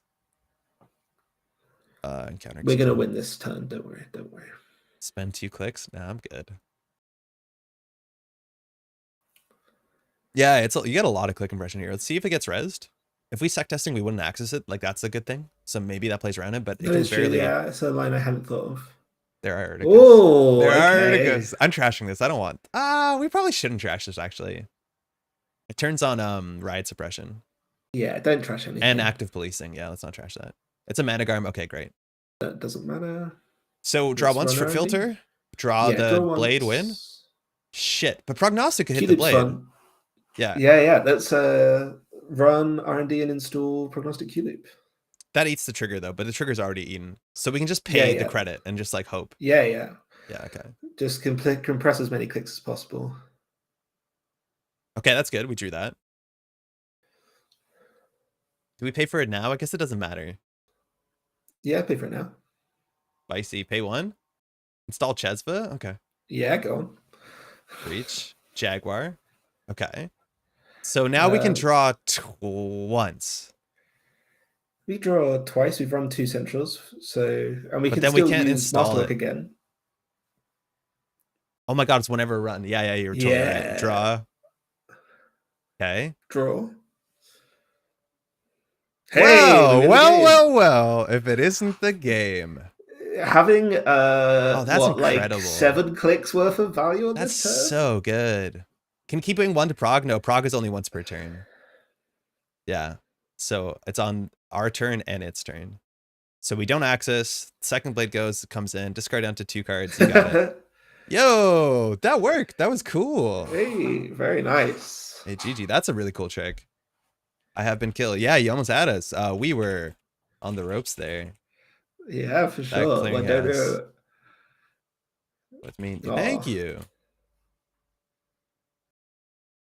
Yeah, we went through a whole deck. 6 cards left. We should know technically. I think we should have full information of what these 6 cards are in the order. Probably. Yeah. Which maybe we don't, because I don't understand how this Jaichinyo got underneath the class act we bought him. Yeah. Hey, thanks for the game. Yeah, I think this is like the thing that's so much fun to me about this specific list, right? Is like if you read back over our last turn, like how many clicks it's like an 8-click turn. Yeah, we're lucky that we hit the chest. So like if we miss there, we're technically lose a draw, so like the prognostic needs to connect. I think we had a good idea of what we were drawing into, but yeah, we literally had a free run on HQ, a free mark run back, 2 free installs with masterwork, and a free prognostic. It was, I think, comparably an 8 to 9 click turn. Like it's very goofy. And we used the alarm clock run. Very, very silly. Thanos, I don't know. I'm not sure if we shuffled since, because that's the only shuffle effect we have in the deck. We have no mutual favor, so it's only boomerang. Maybe we didn't because I don't think we boomeranged for a while, because we did get our breaker down. We boomeranged the gatekeeper twice, and I think that's all we boomeranged. And the deck is only on 2 class axes, not on 3. So if we should see what this is. Okay, so we never saw flip switch. So we bought him these 5 for sure. Yeah. So there was a shuffle at some point. Yeah, there was definitely a shuffle after we bought him to class act. Let's go again. Let's run it back. That is like a really good example why sec testing is not exactly a 1-for-1, because the info bounty would be way worse for us that game. Yeah, exactly. For the deck that's not interested in accessing cards, it's almost like it's better in a lot of ways. Like there is a world in which you install it with Paladin, and then it's like you get the money back. But yeah. This ain't bad. Against PD. Card PD. Now we have no card draw on our hand. Good against PD. You think we're good into PD? Doof is great into PD, right? Yeah. But we can't land a Doof. We do have a sure gamble, and we can't just like check.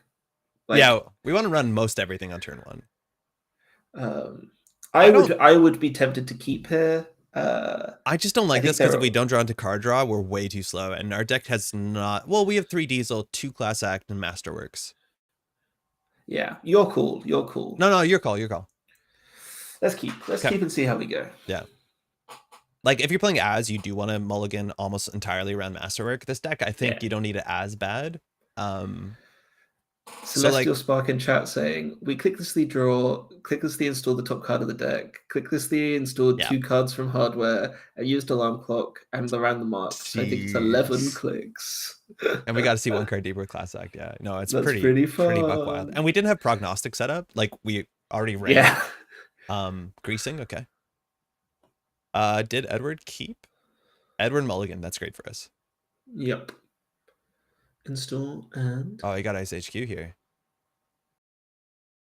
Okay, 11 credits. That's actually interesting. So if we run an HQ mark, that's our best case. Archives, whatever.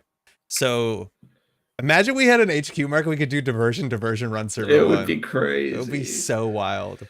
Do we do diversion? Or do we do diversion run server 1? I think we do diversion. It's very tempting. Yeah, we end up on like 13 credits. Yeah. Even if they Rashida, we're happy. Go for it. Yeah, there's no way.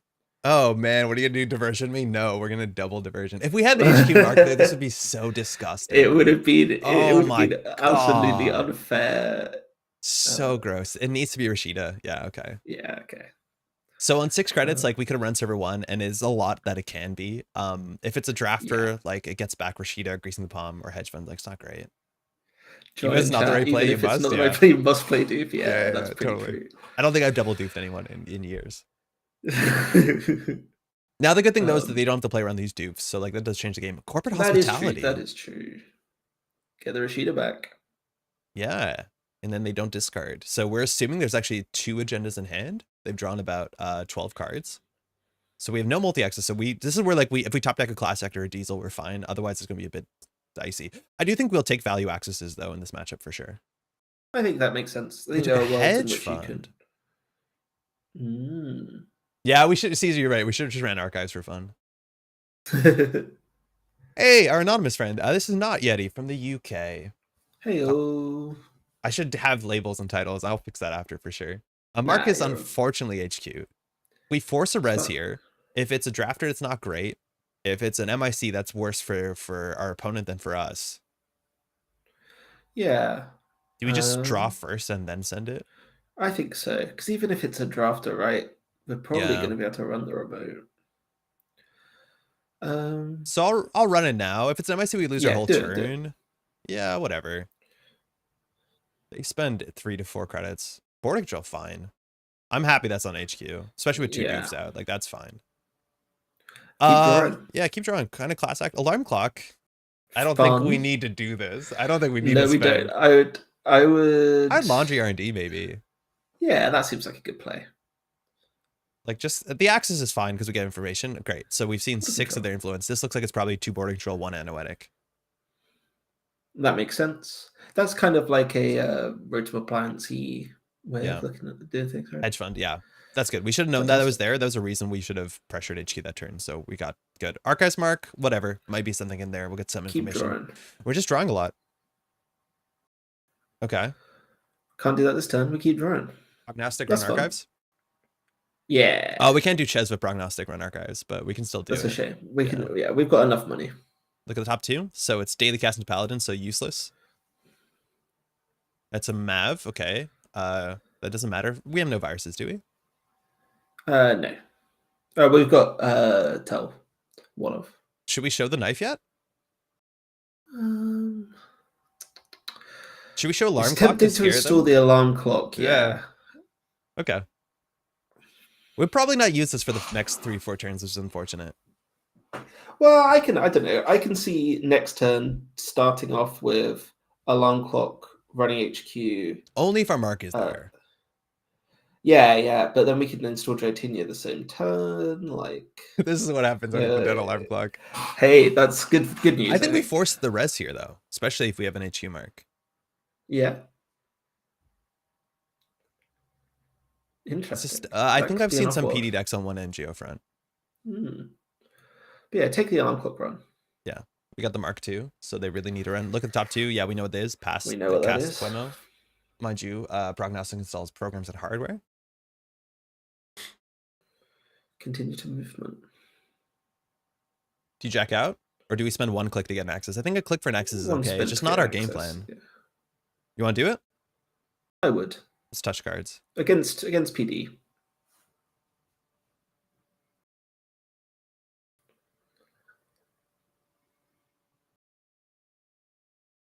I would steal that. Yeah, you hate to do it, but you do steal it.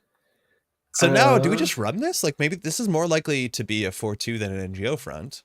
Yeah, if they've got agendas in hand, I would run it.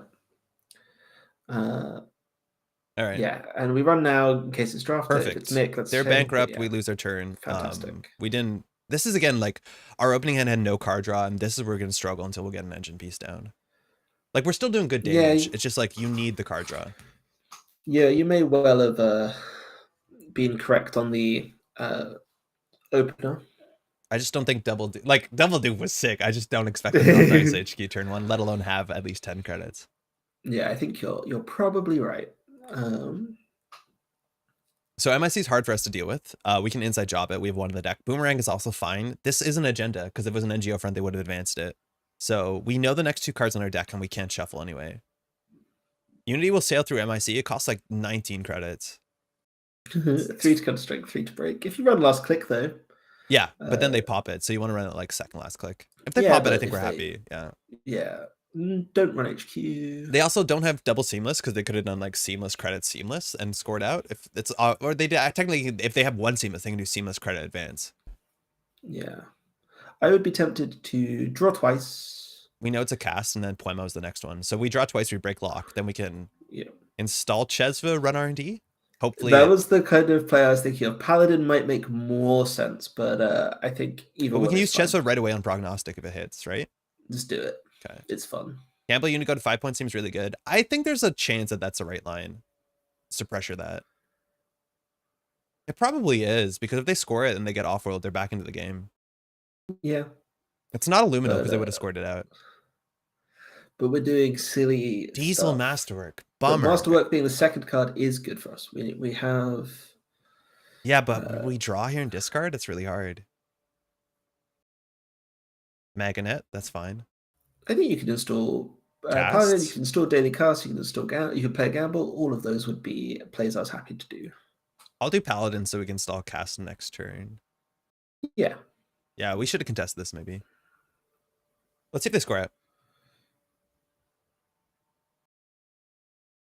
Bummer. We could have contested that. Yeah, we had a good read on what that was. We probably should have just sent it and been on game point.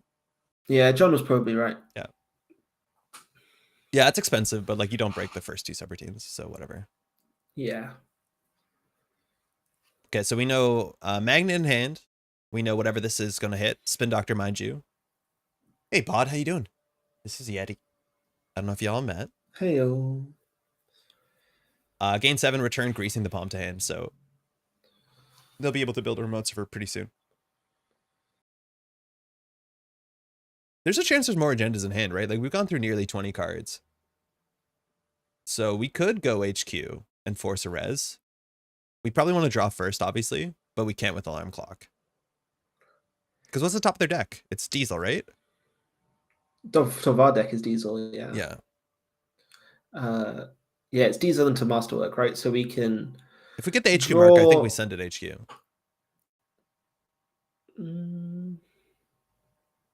I could see it. Yeah. What did they do? Paladin, Sable, HQ. Stuff. Yeah. So we know greasing in hand. There's definitely another agenda in hand. Do we send it? The worst case is they crack the border control, and I think we're happy about that. Yeah, and we could get a JT Neo off this turn if we don't see anything and we wanted to. Drafter, okay. I will double click that, I'm pretty sure. I would agree. Bummer. But they're down to 4 credits. This is good. They just still can play greasing the palm, which is not good for us. So now we draw, and then we run R&D, and we prognostic the Masterwork. That seems sensible to me. Or do we run archives because there might be agendas in there? Pressure the Spin Doctor. Yeah. Either of those seems reasonable. And yeah, we can use Chesva to get the Wasp down. It feels great. You want to go archives or R&D? Let's go archives. Okay. I think so we'll prog. Pay 1. Go click that. Yeah, so there's agendas back in. Install Masterwork, yeah. Install 1, 2. That'll draw a card. Breach server. Totally free. Mav, 2 face downs are back in the deck? 2 on face downs. Okay, so the density and R&D just got a lot better. We're discarding here. That's ugly. It's costs, I think. Yeah, probably. We have some Paladin. Yeah, we're set up for Paladin for a bit. Okay, so unknown card in hand. We know greasing, so they'll probably build MIC. There's greasing. Something in server 1. They're probably like a bit frightened. They have to ice up R&D. HQ is pretty well defended. Discard Chinyu, I don't think we want to. Because like we don't actually have that much bypass in the deck. Well, crap. We're running that. Yeah. The deck has 3 boomerangs. Why are we struggling with MIC? We didn't know what the card after Masterwork was, do we? No idea. Because it was Diesel into Masterwork. I don't think we can afford to pay 1 here. Yeah, start turn. Let's see. There's not run HQ, obviously. Paladin, Sable, Archives mark, R&D mark. Okay, make a run on HQ now. So here we could Diesel. We definitely want to run server 4. It should be relatively easy for us to find one of our 3 boomerangs. So we just do Diesel, Sure Gamble, run server 4. I think that's a good play. I like that. Shit. So now this we is do still Sure fine. Gamble Unity run server 4. Yeah, that server seems 1. good to me. Do we have enough money? Yeah, I think we do. for sure. Do we ever run R&D to use the Chesva credits to prognostic something maybe? Because like we could do Unity run R&D run server 1. Yeah, the drafter fire on R&D. Drafter How fire's bad pretty would that be? bad. We could like hope that we prognostic a boomerang. It's like 3-28. I wouldn't bet on that, but you know what I mean? I think we should just contest this and see if they trash their MIC. I agree. Okay.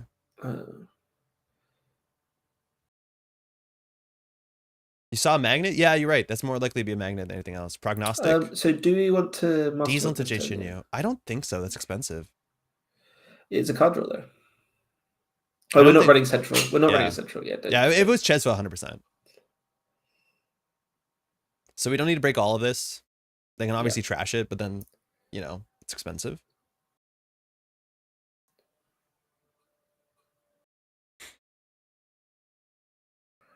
So we'll boost 3 cards to match the strength of OIC. Wait a second, where are our boomerangs? And then we'll break 1 and the run subroutine. Yeah. So we can't steal Ikua. True, but I think they had to pre-advance the last off-world. Yeah. They probably don't have a seamless. Okay. Yeah. That's fine. That is fine. So what was the top of the deck again? It was a Diesel into Jachinio. So another off-world. Oh man, we definitely need to steal that first off-world there. That's on us, I guess. Yeah. Whoever in chat said that was definitely right. Yeah, that's okay. We're going to bounce back from this. So we want to draw once, and then we could hopefully run archives, install the Jachinio from the top of the deck. But this is a hard board state to Jachinio. Like, we're so far behind Jachinio. We're closer to winning off points. They got a hedge fund back. Okay. So we need to get Amakua down. Unfortunately, there's a Mav in archives. So Paladin, Sable, Marcus HQ. Don't think we run that. Nope. So we draw once, we draw a Diesel. We play Sure Gamble. Yeah. We probably run our archives, install the Jachinio with Chesva, drawing a card. Yeah. Then just daily cast, I imagine. So we'll do them. No, we're going to get the Masterwork draw trigger, so we don't need to do that one. So just prognostic. We just can't use the Chesva. Okay, it's a daily cast. Okay. Install 1. No. Yep. So we'll hit prognostic. Yep. We'll pay 1. Install Jachinio. We'll use the Chesva sooner than the Paladin. Yep. Breach server hits him a virus. Okay, knife is out. Here. Daily cast is probably okay. Like, they still have to build a remote server. We know they have another. Did we see a second border control in hand? So this could be a border control or a magnet. We definitely want to get down another breaker. Like, we still have 3 boomerangs, which is going to be a power play. So I think we can install a daily cast for 2 credits here and be okay. I think we don't know at the top of the deck. We can pay 1 for prognostic. I think we might have to. If they build a remote server, we might pay 1 to get a boomerang on the remote server. Yeah, hopefully a boomerang. Because that's the big thing. You can always rip this, for those who don't know, to see what we see. They have a hedge fund in hand. Single ice is like really risky against criminal, but they've been pushing behind single ice and it's been working fine for them. This looks like a missed bone server. This looks like a tranquility, right? Ooh, I like that read. This doesn't look like an agenda. It's difficult to see it being an agenda. So do we hope that we just get an archives mark? I think that would be good. Okay. Yeah, start turn when they're not running. We get a lot of drip value. HQ marks have been the worst. So we hitting Diesel first? Yeah, okay. All right, we have a boomerang. We have a miss bones. We've got lines. Yeah, now we have all the lines. So I imagine here we install miss bones and we just bravado server 3, install the boomerang with it. Sounds fantastic. Okay. So we will masterwork first because we're gonna draw a card. Yep. Oh, they just pre-resed. They technically should not do that. We have to do that. Masterwork draws. Piece of ice boomerang. Look at top 2 the stack. It's Kurapir into Pinhole. That's Kurapir is good. Interesting. So the crack a border control here, it's fine. We strand. I guess, yeah, we're going to shuffle the deck either way, so. Can I not break it? What's going on? Oh, my camera's in the way. Test. Ooh, strange. I think something weird happened. Yeah, it was the bug. I had this bug yesterday. So there's a bug here. But I'm going to break the PC with Boomerang. You have to refresh. Okay, that's a bummer. Put it in the bin and then manually do it later. Yeah. Well, we won't forget. The boomerang is unkillable. Wow. It is an immortal boomerang. I can't. What's going on? Okay. I'm just going to refresh. Yeah. I'll be right back. Peculiar. That's I heard some people saying yesterday that JNet was a little bit. They rolled back one of the patches recently because they had some issues, which like, okay, there, that's good. Hey. So like for a while, bacterial programming was actually showing you in chat what it was doing, which is sick. Yeah. And now it's not anymore. It's like, oh, it's because they rewound. Okay. Nah, seems good. Thanks for your patience.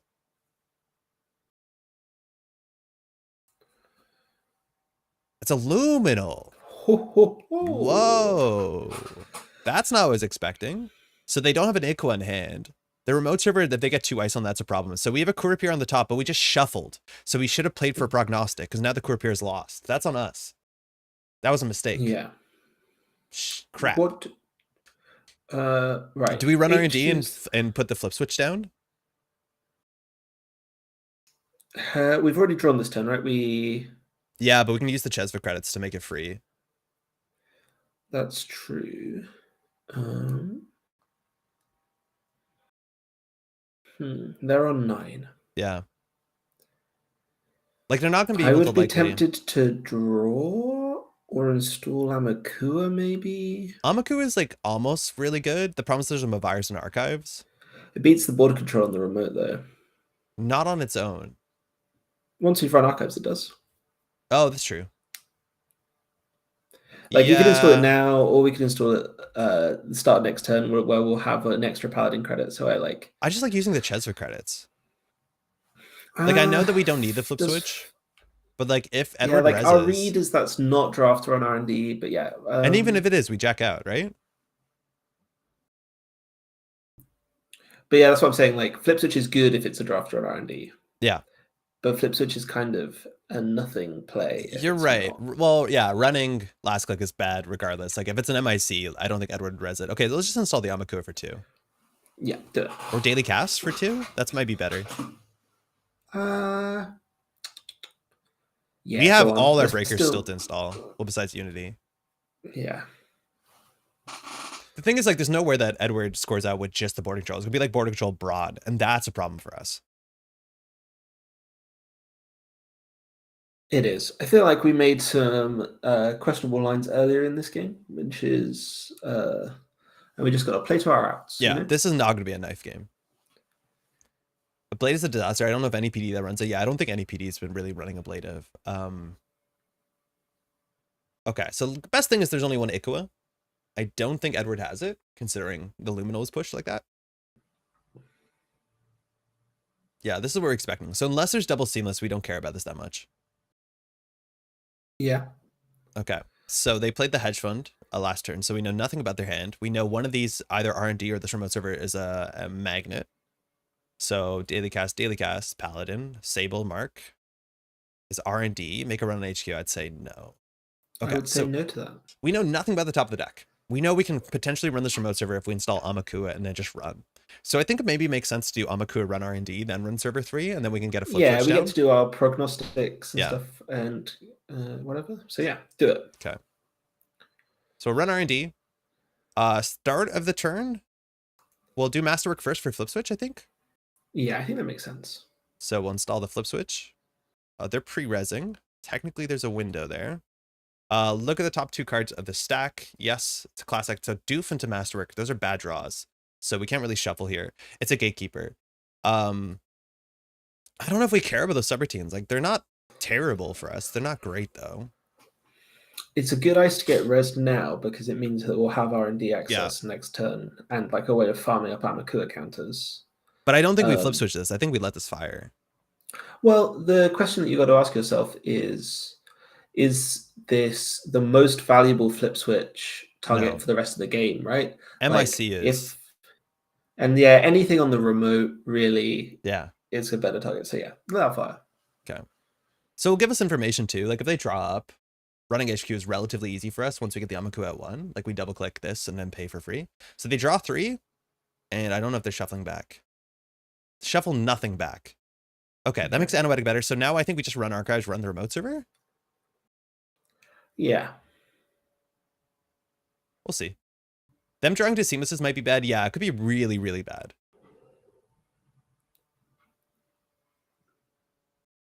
Okay, Amaku gets 1 after the breach step, and then we run server 3. So board control could be a problem. Pay 1, no. But here we're forcing some reses. I do think this is Rashida or Tranquility, though. Second That's Gatekeeper. Fantastic news for us. I think we let that fire.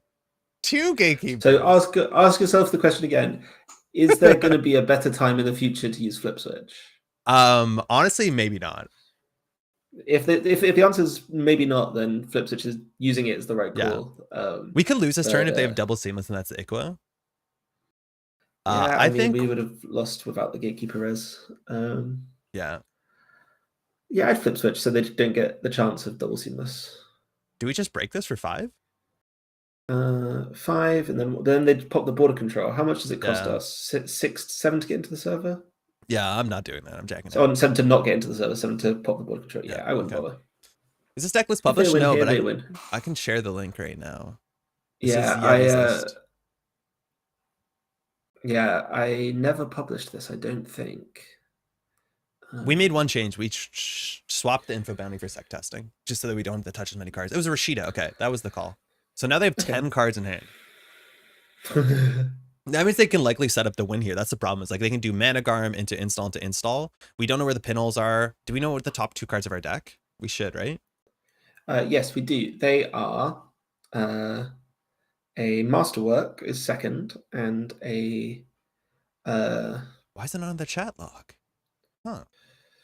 Q loop. We don't have Q loop optimized.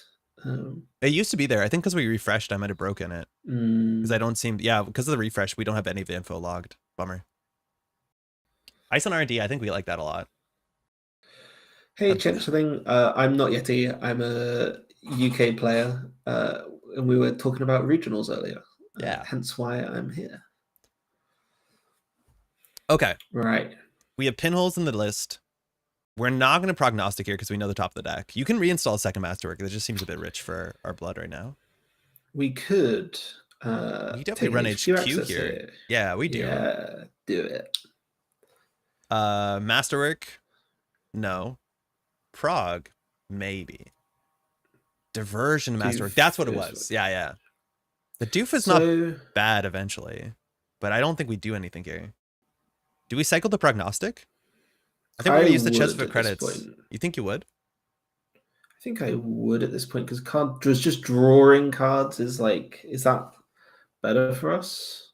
I guess we could contest the remote. So yeah, no. I think I want to keep our money up. Yeah, like we're going to use the chest for credits no matter what. So we'll double click this one. We'll pay Chesva on this. We'll get an access. It'll be a 2-pointer. We'll win the game.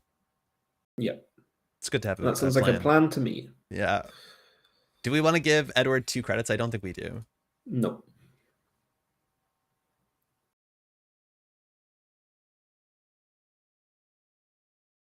All right.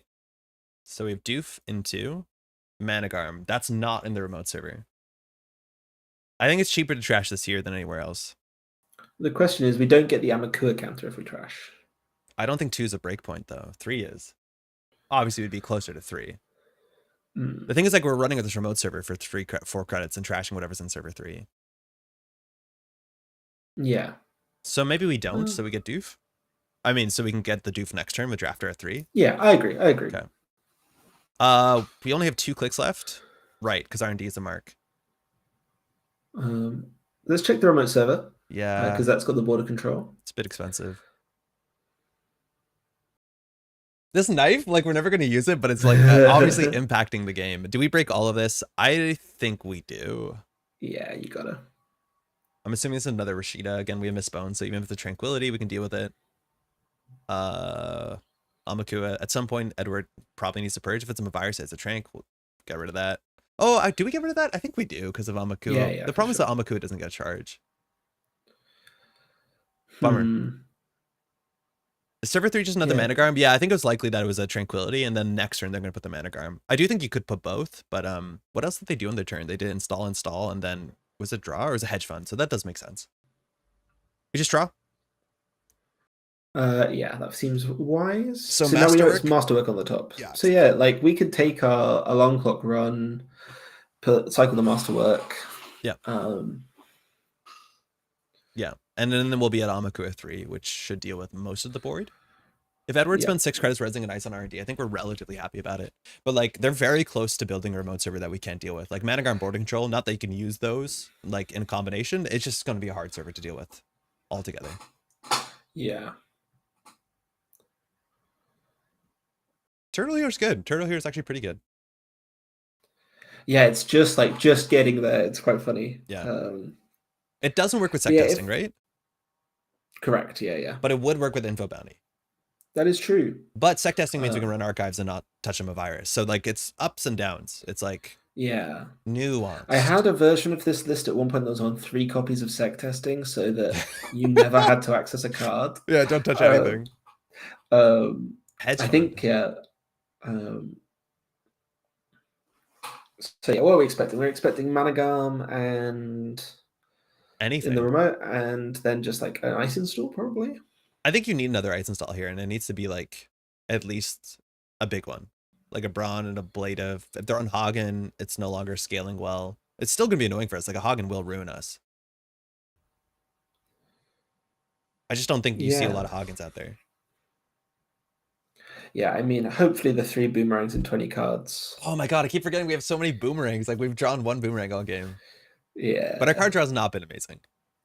So, you know how... So Managarm Agenda could be it. And it might be just a 4-2, because the chance of them having 2 Seamless in hand is a bit low. Not incredibly low, but a bit low. We have also 2 pinholes for the Managarm. We just don't know which one it is. HQ mark? Nailed it. So we should run HQ here, shouldn't we? Yeah. We want to get that counter, get the click back. Prague. So it's Masterwork into Boomerang. Ho. That's good. But I think we'd want to have we want to draw once and then Boomerang from the top of the deck. If we're Boomerang from the top of the deck, though, like, are we going to be able to do it with Ches for counters? No. Credits even? But we're going to use the Ches for credits on this boarding control. True. Okay. Like we might run our... Do we start with the knives? It's way too slow. Cycle the Q loop? We could cycle the Q loop. It's like 2 credits for a card draw seems incredibly expensive. But the 2... Oh, but we can use Paladin. Yeah, let's do it. Do it. Stall piece of hardware. Because at the very least, it's fun to do Sable tricks. Yeah, that's good. So now we know we have the Boomerang on top of the deck, which we can install with this prognostic at the any paid ability window. So like, is it cheaper to Boomerang the drafter than double click through it? And is it better? It's cheaper, right? Yeah. 2 clicks are probably worth the money, yeah. Yeah, so no, and we'll then use Q-Loop. Well, we pay 3 for this instead of 2 clicks. It's like kind of close. Whatever. The problem here is like they can in theory border control and then we lose the Boomerang. I don't think that's the end of the world. Yeah.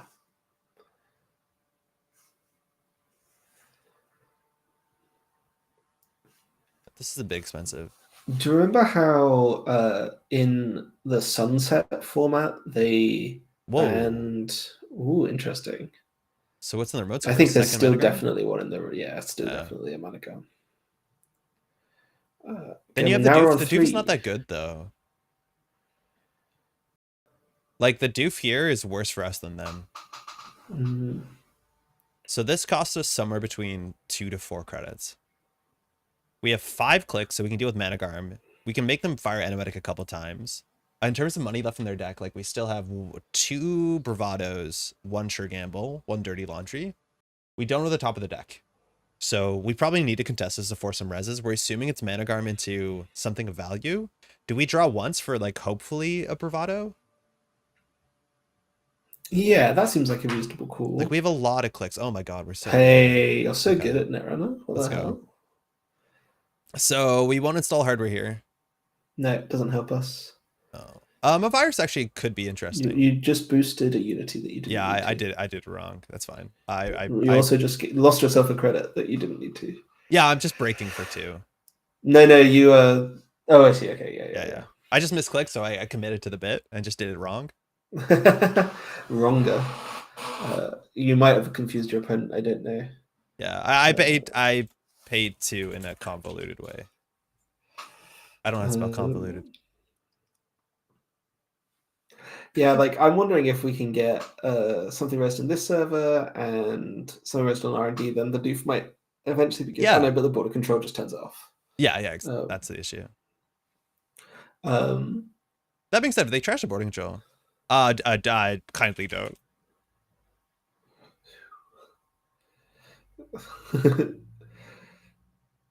It'll fire them. Yeah. There you go. Cool. We could probably give them 2 more credits. Like I don't think them going from 13 to 15 changes the game. It probably doesn't. Us going down 1 probably does hurt us sufficiently. But yeah, do you remember how in Sunset they tried to ban Boomerang, despite the fact that Boomerang is objectively the most fun card in Netrunner? I think there's other people, like, I think the amount of people that play Boomerang and play against Boomerang versus the amount of people who play Masterwork, it's a really small Venn diagram. And you only think that because you play Az, which, like, power to you, Az is the best. My personal opinion is that, like, I'm not, like, a fan of breakers. In general? Like, and so any Netrunner... Oh, wow. This is fine. I'd love for them to try cards. Wait, do we? Okay, hold on. So they choose the order. In theory, they could do it wrong. So it's either 2 clicks, which is, you know, a fair bit of clicks. I think here we have full information to list. Now we just draw into our pinhole. Ooh, that's fun. Like, I don't think we care about this. Yeah. Yeah, the reason why people don't play at tournaments is that Q-Loop is physically hard to play, like mentally taxing. I got quite quick with it. I play a lot of paper Netrunner. Oh, cool. And yeah, I eventually got there, but it did take a... Yeah. Do you stack your deck slightly sideways if you know the cards? I don't. I just... it's a good one. I like that one a lot. Yeah, just got the Az burned into my brain at this point. I'm ending the run here. I don't think we pay for this. End the run, yeah. Okay, so we still got our money. We have 3 clicks left. We could go R&D for a single. They might not have an agenda if this is what their remote server looks like. Yeah, I'd say an R&D access here is actually really valuable. So Hagen loses us the game. So draw, so we get Boomerang. Nice. Imagine. That's still pretty good, though. It's good to Hagen. Yeah, do we just... Deck protects against everything. Just install it and run, yeah. Yeah. I brought Q-Loop Potion my first impersonate. It was a mistake. Yeah, I could see that. I actually took Az McCaffrey to my first ever CO. Yo, let's go. Because you had won a CO with it, and it was deck list of the week. Oh yeah, hell yeah. And I was like, well, this deck wins tournaments, so clearly must be the right call for my CO this weekend. That is a piece of information we now have. Okay. Yeah, that was Palantir. That's a really fun one. Oh, that's such a fun deck. Yeah, that's a really fun deck. I'm like surprised I haven't spent enough time playing Az in the new set because like there's a lot of good stuff for Az. I honestly like Alarm Clock is sick. Window is obviously very playable. Spin Doctor, so we know that they're looking for something. We haven't seen any seamlesses. That they didn't res the R&D ice as well. Yeah, that's true. I don't know what that reads. One of the best deck names. Yeah, you'd say so, huh? I don't know what the deck name is a reference to. So Cinderin is a big Lord of the Rings, a Tolkien buff, considering the name. So the Palantir is like the orb from Lord of the Rings that lets you see the future. It's like the prognostic Q-Loop of Tolkien. Oh, very cute, very cute. Yeah. Okay, so this could be the Tranquility. This also could be the game. We're playing around a 1 of in the deck, which is Ikwa. Now, obviously, we have single axes as our pressure, which is like not a great way to close this game, but it's like holding on. So our mark is Archives, which purges the Amaku unless we get sec testing down, which is pretty bad. So even if we get sec testing, it won't do anything this turn. So yes.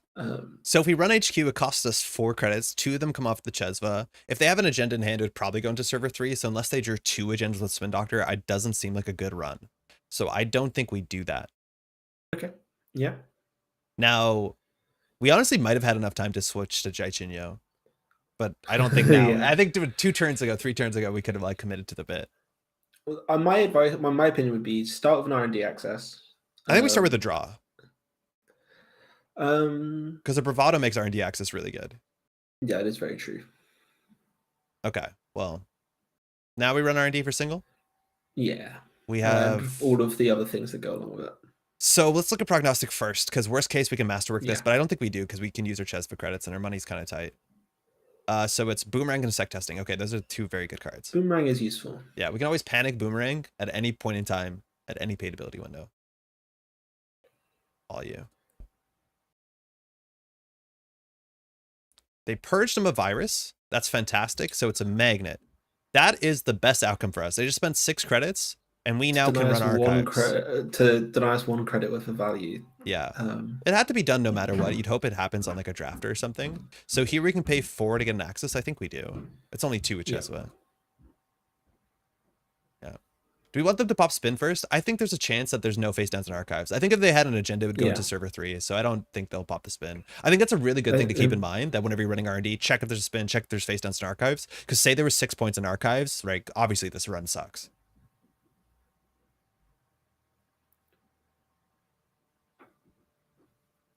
Yeah.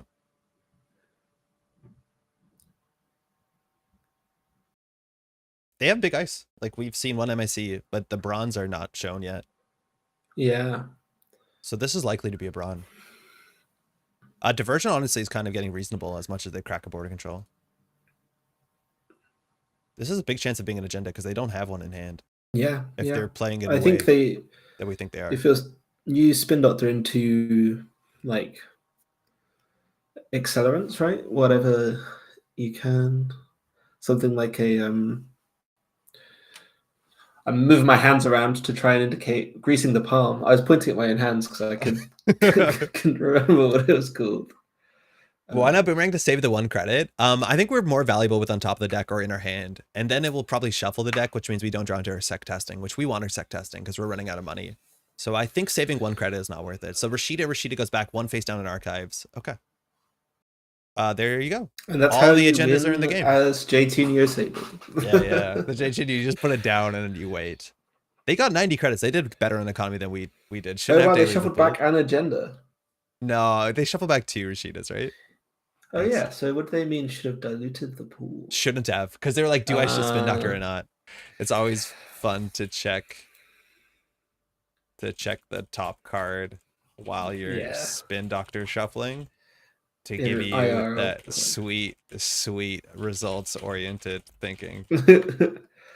So this deck now has a 100% win rate. Oh yeah, on JNet, JNet 100%. Yeah. Are there any changes you want to make? Is there anything you want to test? I think I'd really love a second sec testing. Yeah, I think you might be right. Second sec testing seems good because like we need reasons to run a bit more, let alone with Amakua. Yeah. It's like a bit awkward. Yeah. Oh, we could tell. Yeah, we're looking at the CSs. Yeah, we made the mistake of not contesting that early offload, I think. Which we should have. Chat was right. Chat was definitely right about that one. Yeah, that might be a bit of a... It says sorted, but it's not sorted. What's going on? That might have been a bit of like tunneling with Jaichinyo, which you have to make sure you're not doing that all the time. Yep. Second from top, third from bottom. Yeah, well, the shuffle and all that. I think we're lacking card draw. I think that's a hard thing to fix, though. I think that the thing we could try is the Matryoshka, because we might not feel quite so like drawing cards if we had if our breaker got for everything. But I hear you. It is just worth noting that Matryoshka is actively a non-bow with prognostic. It's not a reason not to do it, though. True. That is interesting. Like we're not often program prognostic installing, but it just doesn't work because you have to host it with the clickability. Yeah, okay. I mean, yeah, I'm like, curious. There's lots of there's like little bits we can tweak. But yeah, I think you're right. I think we have to mulligan for draw. I think that's the main lesson from this game. Yeah, just a diesel and masterworker class act. I think that's all we need. Yeah. So yeah, okay. Let's see how let's see if there's anything we can tweak. Yeah, let me just pull it up. I'm just getting once we say thank you, and then we'll pull up the deck. You chat away. Yeah.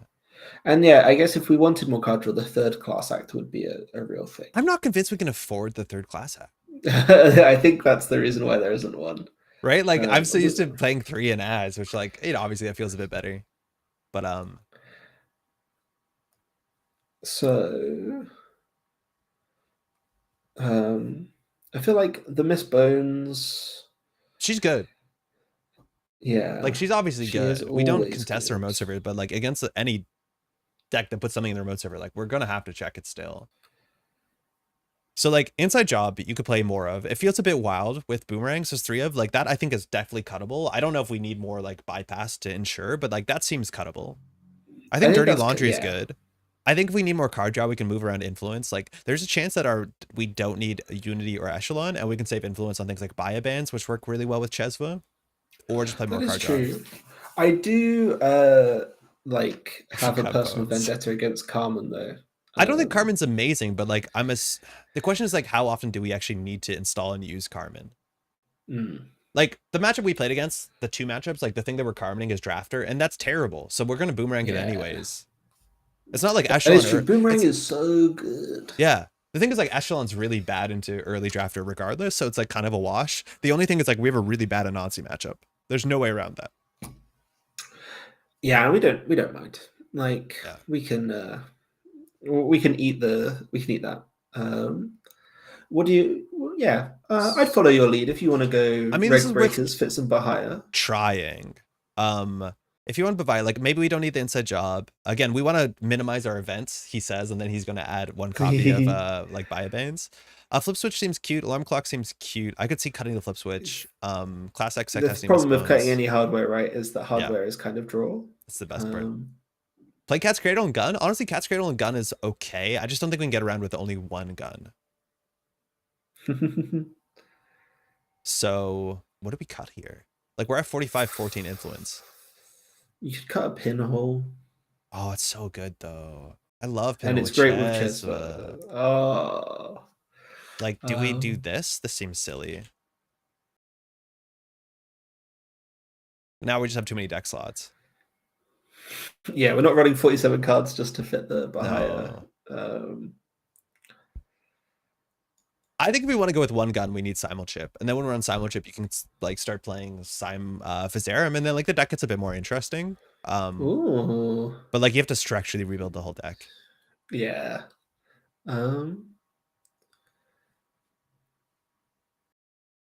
Baya's not good until you get Chesva down, but once you get Chesva down, it's really good. It is, but is it better than Diesel? No, it's not.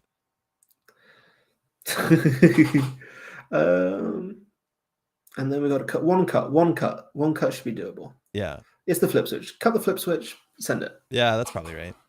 So we're lower on programs. Like prognostic is getting worse. I think we're still good enough. 18. Yeah, let's try it. We're a runner. What do you think of the percentage of games that end up with a murder versus like scoring out?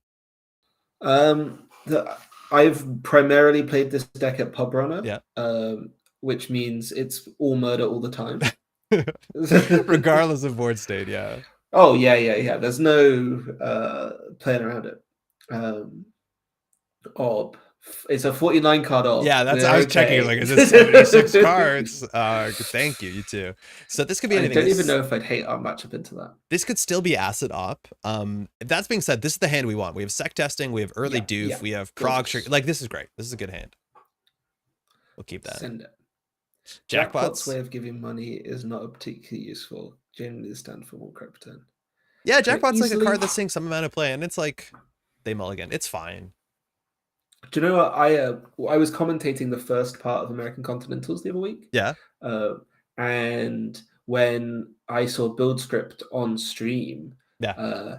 I had to read it. I didn't know what that card did.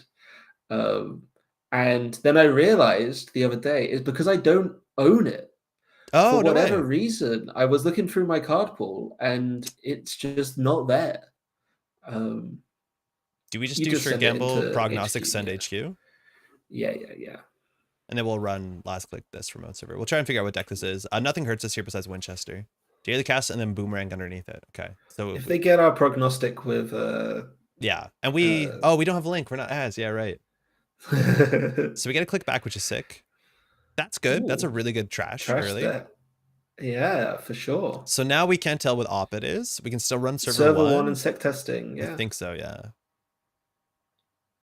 So this will give us a big read on what the deck is. Tranquilly, I have no read on what the deck is. I'm lost. We can't afford to trash that. Leave it there. Can we afford not to trash it though? Oof. It's a philosophical question. Maybe we can afford to trash it. I think we can. We have sec testing. With sec testing, do it. Like that's so much. This might be a one of in the deck, right? And you just pull it as a one coster. Yeah, 2-imp. Yeah. Honestly, yeah, build script being Deuces Wild. Like this deck would play Deuces Wild. Like why don't we play build script? You know. And the idea is maybe buy is better. Deuces. If you're doing the Deuces Mild, as some people called it. Is that the same as build script? Yeah, 100%. Like net one, draw two. Draw two. Oh, ugly regolith. Okay. So we should get our mark though. We don't get our mark. Oof. That's the worst. Put it on R&D. Archives? Sure, yeah. And I think we Diesel click one. Diesel. All right, so we're trashing that for sure. Yeah, we gotta. Yeah, then we'll run archives. You gotta run archives. Oh, our mark would have been so good. Clickless 2 credits. Yeah. Masterwork into prognostic. That's a good start. Yeah, we need our mark to land there to financially be solvent. So I think we just do run archives. So this just looks like good stuff up. Do we install casts? I think we're okay on 2 credits next turn with security testing. They didn't res on HQ, so either they don't have anything, they can't afford it, or the ice doesn't make sense for the board state. So like a hammer would probably still be resed. I think they had 5 credits. No, they didn't. There's 6 credits. They had 5. They're probably flooded. Oh, interesting. Like they mulliganed and then this is turn 3, right? They didn't give. They didn't res it. They gave us the access. Yeah. So it's probably a 6 cost dice or a Stavka. Oh, interesting. Jamming a Rashida. We don't know what that is. We can boomerang our way into that server. Yeah, we can. And we will. Please get a good mark. We can also... Good. We got a good mark. We can also boomerang Doofir, which is probably... But then we still can't run this, and they still get a Rashida. True. Like, I think we run archives, get a clickless 2 credits. Do we know the top of the deck? We should. Yeah, it's a Masterwork and... Oh, it's not tracking. Yeah. Something else. So I think we run archives... Boomerang, run server 1. Yep. Do we need a paladin first? I don't think so. Masterwork, prog. Okay. Those are both very good. The prog isn't like necessary, but it's not bad. Yeah. You could draw credit, install Masterwork, run. But will we have enough money to trash like a Regolith or Rashida or a Tucana? Just Rashida. Yeah. The problem is as soon as like maybe we have to draw so we keep this because otherwise we shuffle it away and that's pretty bad. But I think we just do boomerang run this. That makes sense to me. Okay. We could paladin first, which would be a bit greedy, but this seems like they're just playing whatever they can because they do not look like it's going well for them. Yep. So I think there's a chance that this is like an above the law analysis or something. Yeah, Rashida, great. Shuffle that back in. I think we just install paladin. Seems great to me. Don't die to IZF. 2 cards in hand. We're fine. We're like just skating along, but like we are basically dripping 4 credits a turn now. Minimal viable product. Spin Doctor Server 5. Game 2. And like, yeah, we can run HQ, right? And like... Yeah, probably. I think the worst case is not that bad. Like a hammer hits is a bit hard, but at least they're on 0. Hedge fund. Okay, in the remote server. We need an Amakua. Let's get a good mark. Let's do paladin casts. Sable, mark is R&D, great. Okay. So this is probably an agenda now. I don't know if they have another thing to jam. They've gone through a lot of cards. We've seen like, this is all the stuff they want to put in their remote server. It's all in the archives. So we can install Masterwork for 1 credit with Paladin drawing a card. That could be a start. I like that. I think we need to draw a card and get... Ooh. That's a lot of diversions. It is. Let's run R&D next. Yeah. Makes the most sense. We get a prognostic. Boomerang Classic. Wait a second. Wait a minute. Okay. So... do we want to run this with 1 credit? That trashes Tucana and Rashida. Yeah, it doesn't... Yeah, I think we have to credit first because it costs us 3. Yeah. Did we do it? Do that? Yeah, go on. This is what we're doing because we don't have a decoder. Prognostic. Install Boomerang. Ice. It's actually because this is more fun than it's. Yeah, I know. This is an agenda. It's another Rashida. Hey. Shuffle it back. Okay, I think we have to draw here. I think we do. Right. So 2 Rashida's out. Spin Doctor on the table is a bit of a bummer. We just don't have time to deal with that. Yeah, it looks like what's it called? The plugin is not working at all. So that's okay. We'll refresh after this if I remember. Do you think they have the confidence now? Like, I think they should. Now they're using Spin Doctor. Okay, good. The problem is they're going to shuffle back to power cards. It looks like Tranquility is one of their power cards. I was assuming it might be Tomb of Viruses.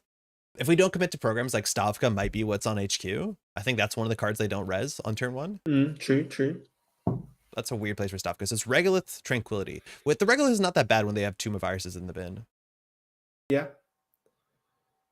Shuffle away the classic and then draw it anyways. Is that what we did? Okay, now the jam and agenda. This we can't contest. And unfortunately, we put so much of our early pressure into not setting up. As much as our engine is sort of set up. So please get a good mark. Archive's fantastic. Okay. We start with a draw? Yep. Useless. We can now run archives. It's a clickless gain 2. Look at the top 2.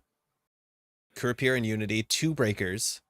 Those are scary because once we get down, we're kind of weak to Stavka. So that's like maybe a Boomerang helps us. I would send it HQ this turn. And just for an access? Or do you want to doof?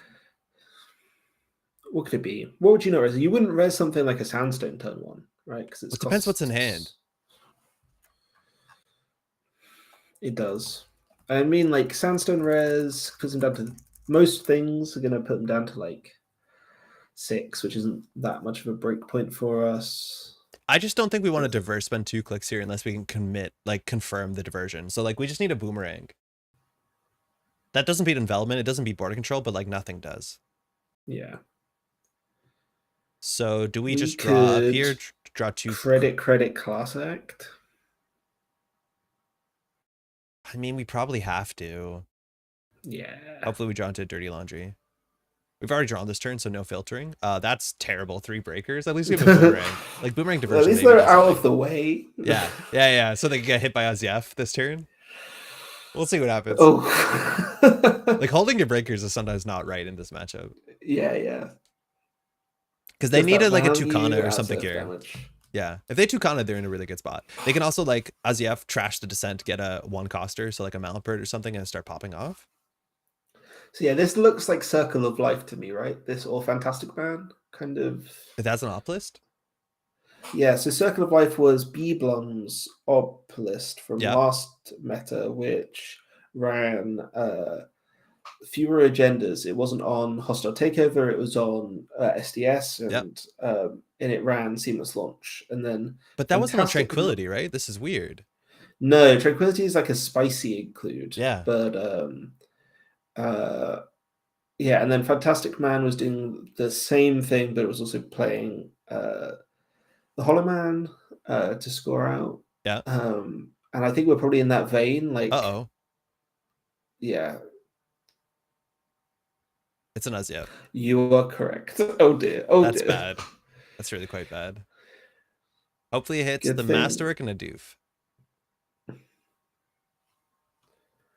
Masterwork and a doof. Let's see what one coster they get to. I imagine it's Malapert. They have a slash and burn. That's a reason to contest spin doctors, right? Like just so it deals with slash and burn and audacity. Okay. It's a Malapert. Carmen boomerang. Shit. That could have been worse. It could have been worse. That's the least necessary one. Losing a boomerang sucks. Yeah, Malapert is definitely that kind of fantastic man. They got a Rashida in hand, so we're guessing that this is a Rashida. Okay. So that's fine. We need to touch cards, man. We're not fast enough to Jay Chinyo. So let's Sable's archives. Security testing will be archives. Okay. Okay. So we need to face check this turn before they res Stavka's, which we can't break. Yeah, I think if we face check the remote, there's a good chance that we can put pressure on. But do we do HQ, first? Yeah.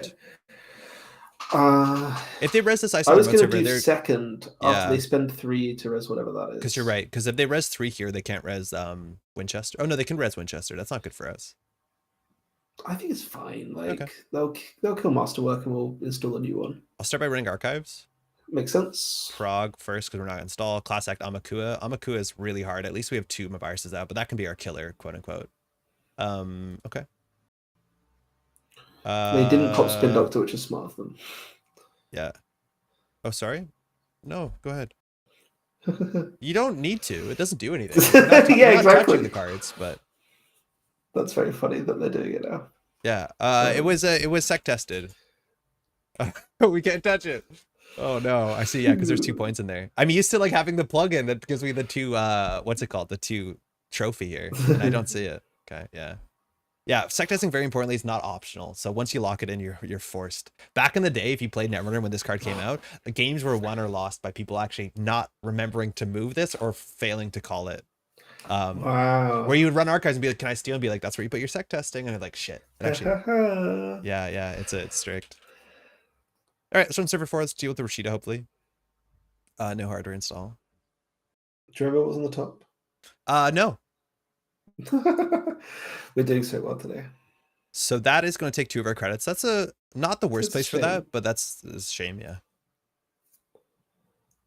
So do we diversion and hope it's not a Winchester? I think we just have to start playing lines. Like they're still going to Rashida, which sucks. Well, if we play Unity and run the remote, what happens? We don't have enough money to trash Rashida. 1 to install Unity. Oh, you're right. And then 2 to break. That's spending 4 to trash Rashida.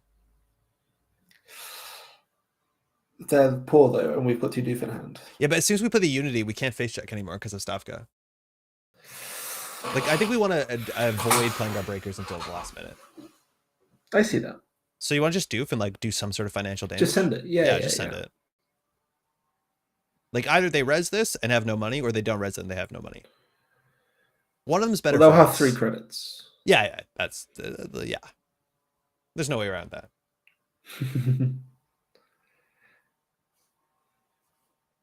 It is the Winchester. Shit.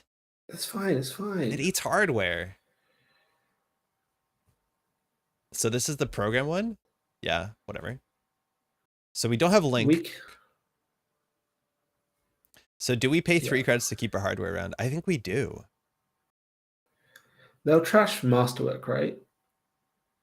We have a Masterwork in hand and Touché. Credits on Paladin.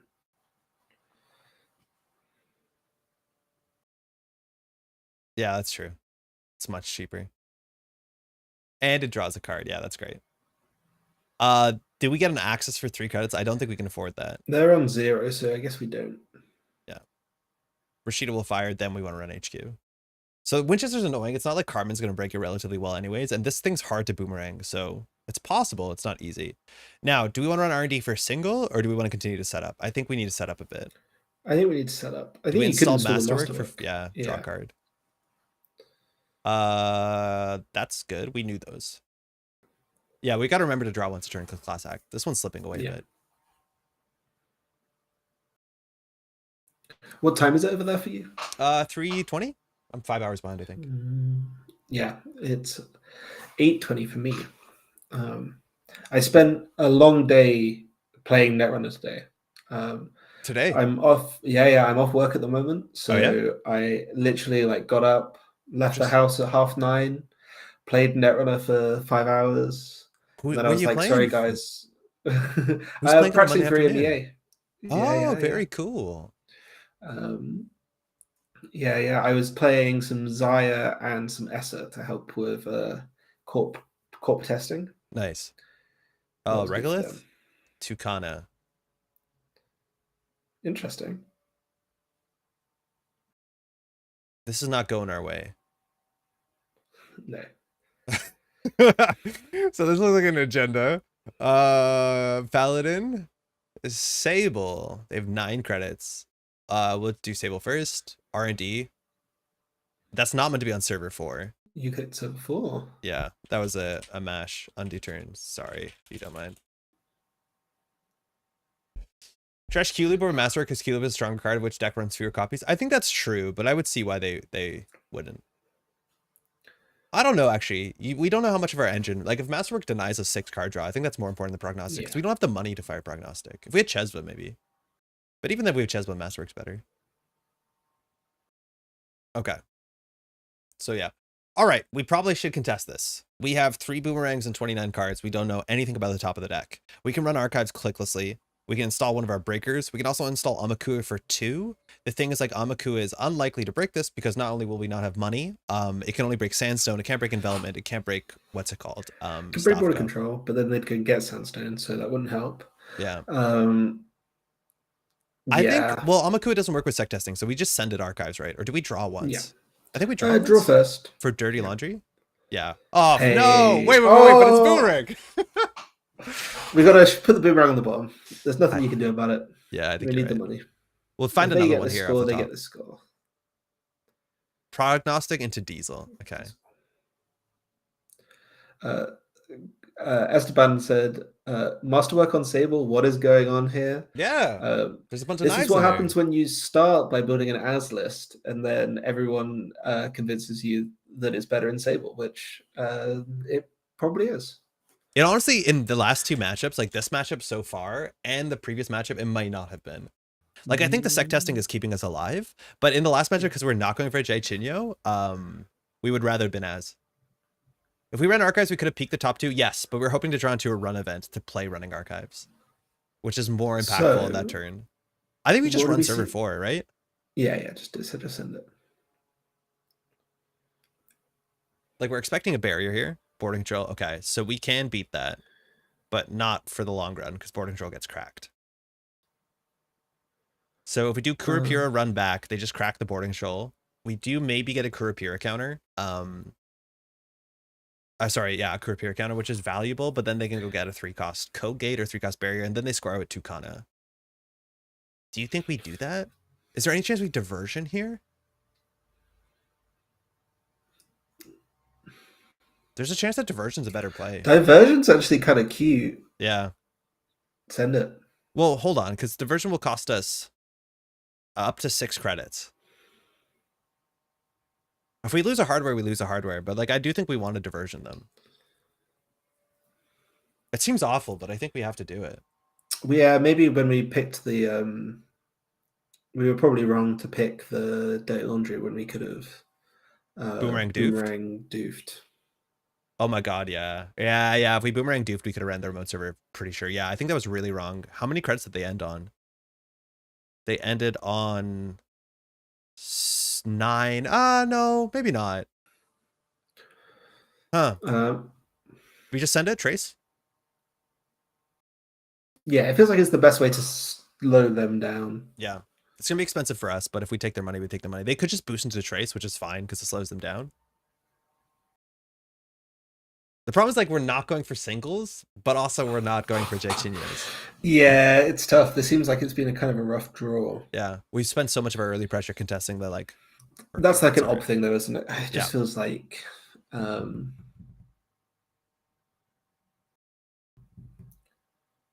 what are they going to do? Yeah, which one do they boost into? In theory, if they boost into this one, the access is not that good, so they could boost into the hardware. They don't. Do we pay 3 here? To save the hardware? Yeah. Pretty good. But if we do that, we're down in 4. They have to boost 1 to the Winchester into the end of the run. I don't think we can allow that to happen. Okay, go for it. So I'm letting this fire. The This is goal's to bad. Our slow them engine's coming down. apart. Our engine's falling apart. We're just like, uh, yeah. Hey, you're totally right. That turn where we drew all three of the breakers and then Yeah. straight into SF protocol. That was It's not like we can bad install the beats. breaker, but if we didn't draw the breakers, you draw like Yeah, econ cards. exactly. And then the SF doesn't hit us half as hard. Yeah.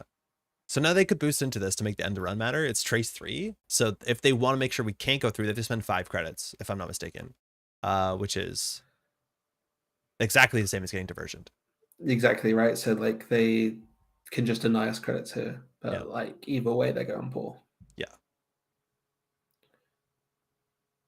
Above the law would goof us up, but they shouldn't be able to score it unless they audacity and throw their hand out. I have a question for you about regionals. When you used to have like FFG regionals, how many were there in like a country the size of Canada? I couldn't tell you the country because it was like, I don't think there were rules of how many you could have. Maybe there were. So for us, there'd be one regional in Montreal, one regional in Ottawa, one regional in Toronto. So those are like the big 3 cities in largely. There would probably be a regional Quebec city, which is a much smaller meta. But it was largely one per major city. Okay. The thing is like Canada is massive, but in terms of like the population, it's all like 7 cities along the border. Trace 8, yeah, that's fine. Okay. Yeah, it was one regional per major city. Okay. Because I saw after we announced UK Nationals the other day that Axu asked the question, like, did the UK always have 6 regionals? No, they would have way more. They would have had like really 30. Yeah, probably. Oh, wow. Okay, that's really interesting. The closest you can check is maybe Aku.net, but I think Aku.net was mostly tracking for, I think, France, Canada, and Belgium for some reason. What, French speaking? I don't know. I'm not sure who made this, but this used to have like a bunch of, hey, my name is there. A bunch of, this was like always be running before always be running. It's not as good, but it only serves certain communities. So you could see like the sort of regionals around. I don't know if you see the UK anywhere here. Czech Republic, yeah, a bunch of people are posting here. This is not everything, but there's a lot of regionals. I wouldn't be surprised if there were more.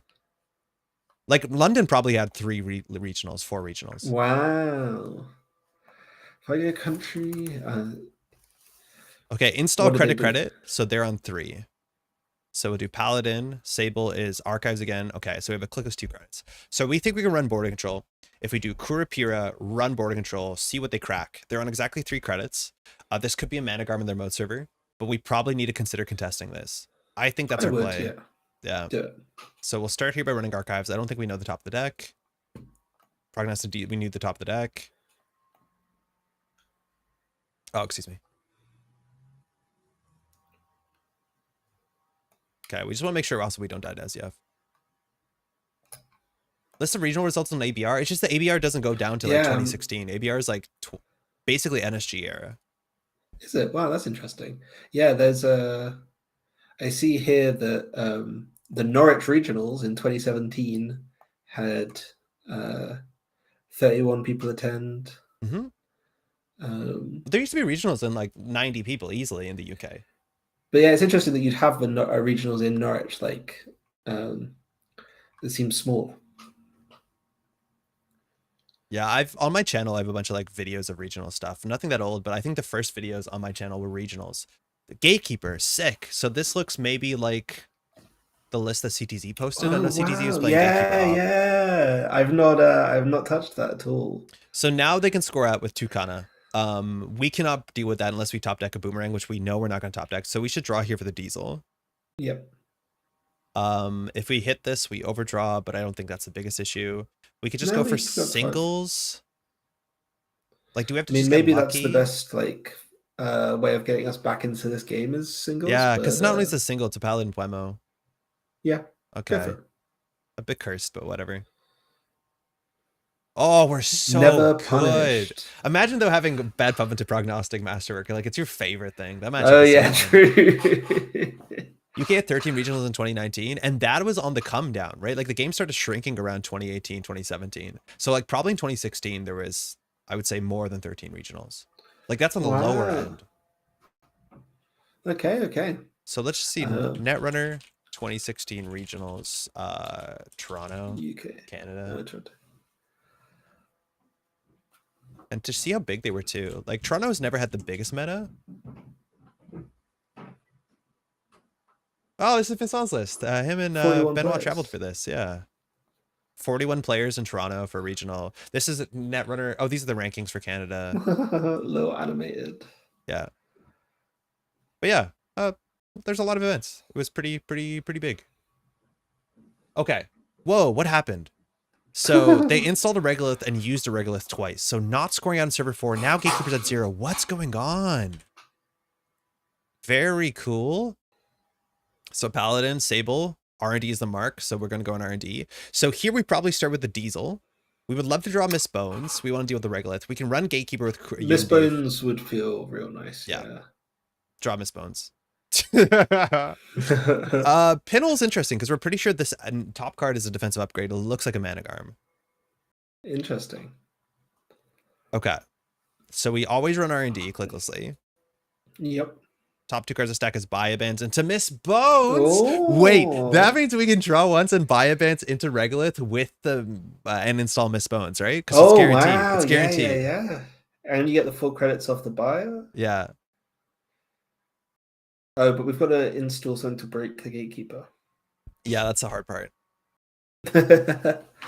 Okay, so if we draw once. Oh wait, but yeah, if you draw once, then we just buy a Regolith this turn. Yeah, so then what we have to do is we have to run the Regolith with Biobands, install Unity, use Biobands to trash the Regolith. You have to bottom one? No, but we already dieseled. We already dieseled. Okay. I think we don't have enough money, but it seems like the play. Yeah, we're cooking. Yeah, because we have Paladin. We're cooking. So server 7. So we'll breach server. So we're going to install the Unity for free. Yep. And then we probably just trash a Regolith for the 2 credits we paid, yeah. And now we can probably Bravado server 4. So if we do that, we can't trash a lot. Yeah. Bravado is like such a good money card.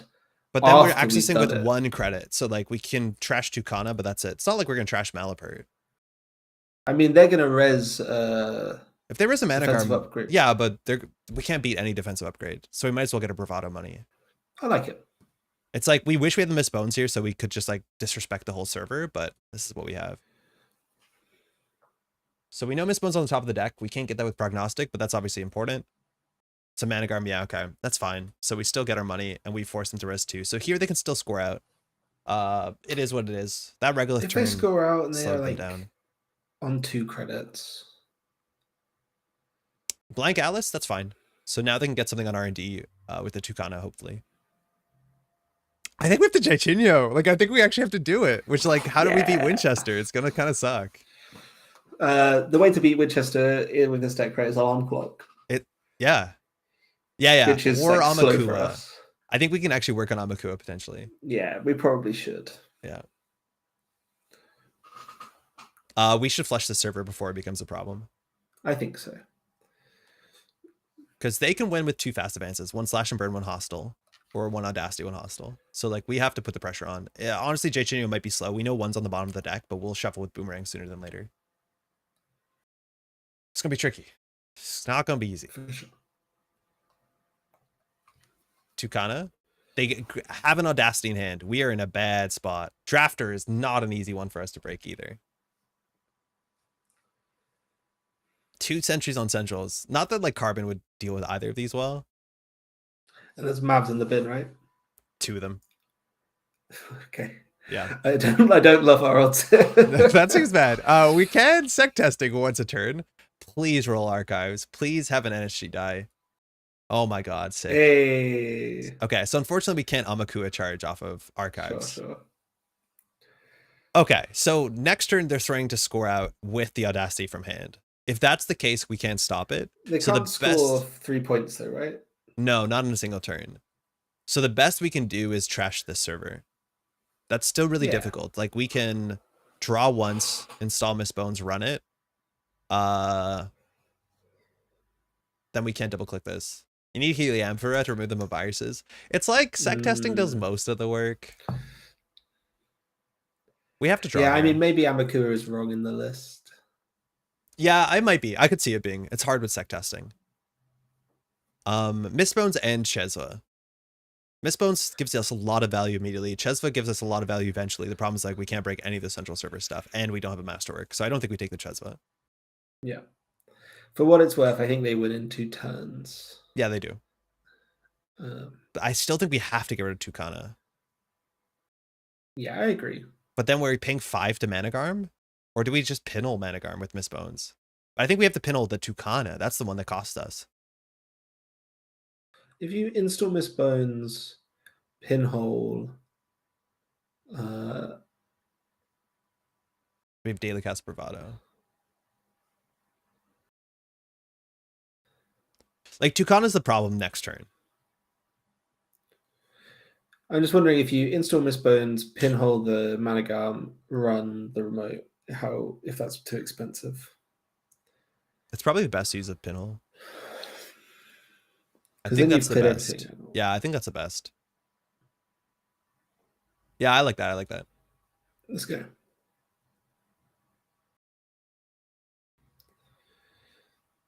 Do you have much planned for the rest of your Tuesday afternoon? For me, yes. After this stream, I got recently we celebrated my birthday's technically tomorrow, so I had family over and we had a nice weekend, and I got the expansion for what's it called, Spirit Island, and so like I want to crack that at tonight. That's probably what's gonna happen. So that's nature incarnate. That sounds fun. Yeah, I've not played Spirit Island, but everything it's really great. Is just like so good. Happy birthday, Hunter. Thank you, Gentling. Yeah, tomorrow is my birthday proper. I don't really, so my partner organized, like, she said there's stuff going on the weekend and she wouldn't tell me what it was. Like, that's meant to be a surprise. And it started Friday morning. She's like, we're going to go for a walk. I'm like, where are we going? Wow. Like, what's in walking distance? That's a surprise. And so she took me to a nice coffee shop and we sat down and she's like, I can get you a nice coffee. We'll buy some beans. And as soon as we sat down and got our food, my brother, who lives in Toronto, walked in the door and it was so cute. He's like, hey, how's it going? And so he was there the whole weekend and we had a great time with family. We went to escape room. It's really, really cute. That's really nice. That's really, really nice. Beans. Happy birthday, fellow Gemini. Hey, Game of Droids, happy birthday. Which expansion? Nature Incarnate, the latest one, which I never got hold of. So Husky has Audacity in hand. They're extracting, so getting rid of the Gatekeeper, that makes a lot of sense. 2-coster here, so I'm not sure we're expecting another Tucana. That's annoying. Wow. Excuse me. Details on escape room. Struggle for victory. It was a victory. There's a really good escape room place in Laval. I don't want to talk much about it. If you're ever in Montreal and you can go to an escape room, the one in Laval, escape area, has an amazing one that we first did last year for my birthday, and everyone in my family loved it. So we went again this year, and then we did one. Did you do the same room or just no? We did a different one, same place. Yeah, at the same place. This one was like an hour and a half. It was like you have to go back in time to stop at AI, and they're like, it's all messed up. Like there's flipped cars and buildings on fire and drones. Wow. It's like very much kind of the vibe of the playmat. But it was great. Wow, yeah. It's really good. And we're going back in a couple weeks for my partner's birthday. There's like a whole one they have. I did archives, I guess. Yeah. I've only done one escape room, and it was for my little brother's birthday. Because it was Doctor Who themed. Oh, cool. My little brother is like the biggest Doctor Who fan. Yeah. And we went, and it turns out he's not the biggest puzzles fan. That's not gonna help. But I love puzzles, so it was just basically me for an hour doing the whole thing. Nice. I had a great time, and he liked the Doctor Who stuff. That's really cool. Yeah, some people just don't like escape rooms, and I kind of get it because it's stressful, but like, I don't know, it's just the most fun. They can run around and pick up things and solve stuff.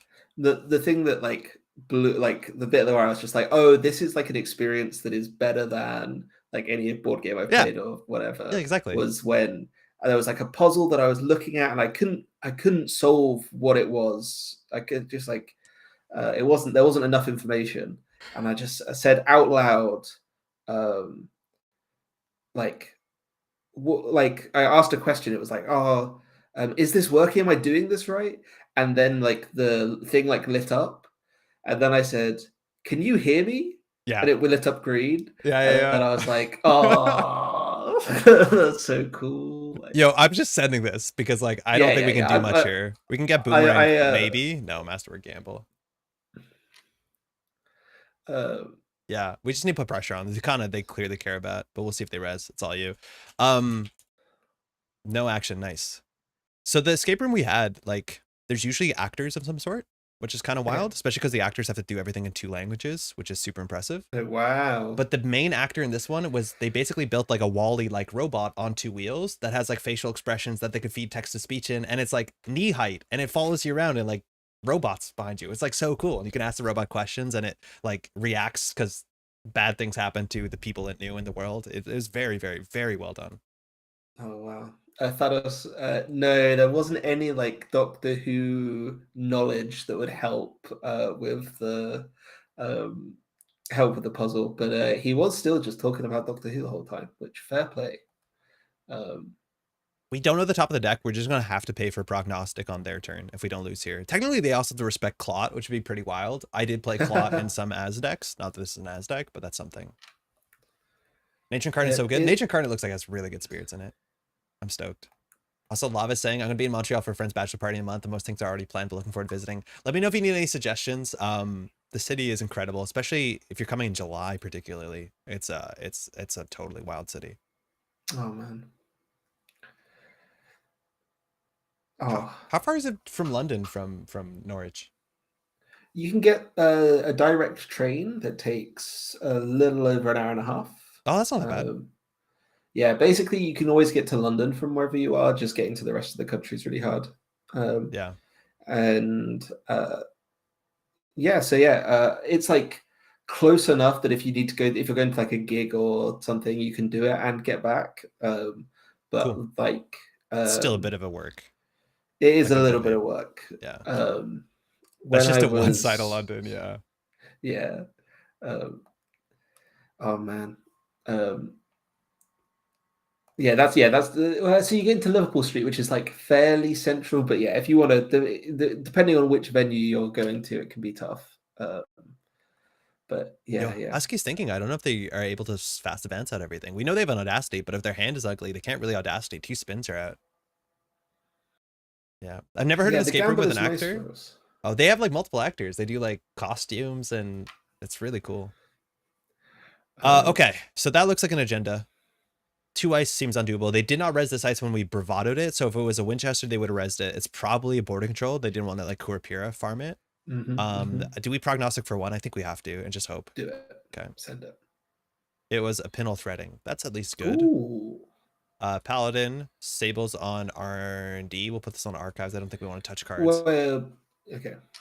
Sec testing and pinhole interact badly, so we have to be aware now. Oh, so true. Yeah, we can burn it. I think we need the 2 credits, but yeah, you're right. That's very much worth keeping in mind. If you do it with info bounty, it just eats the info bounty, right?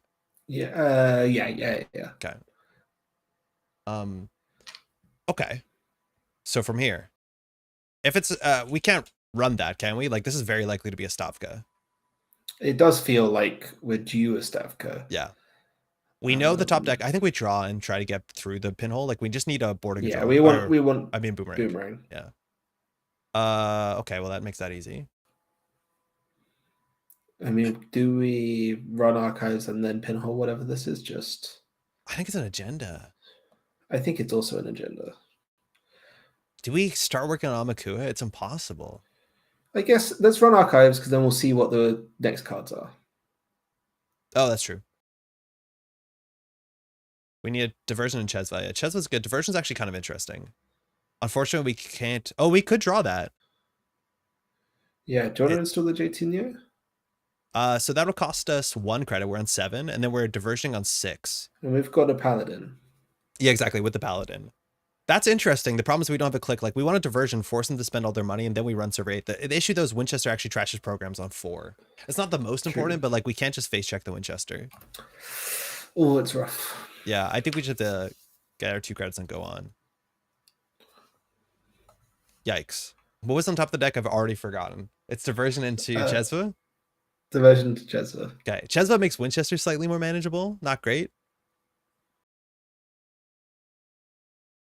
Oh, man. Yeah, it's really hard. If we had a killer here, we could actually just face check everything. Yeah, losing it on that Carmen thing is like big criminal energy. I think we just send it. If they res a Stavka Just and trash our I programs, agree. like, we're gonna lose anyways. Why not lose that way? They still have to respect in theory, like boomerang from the top rope. Yep.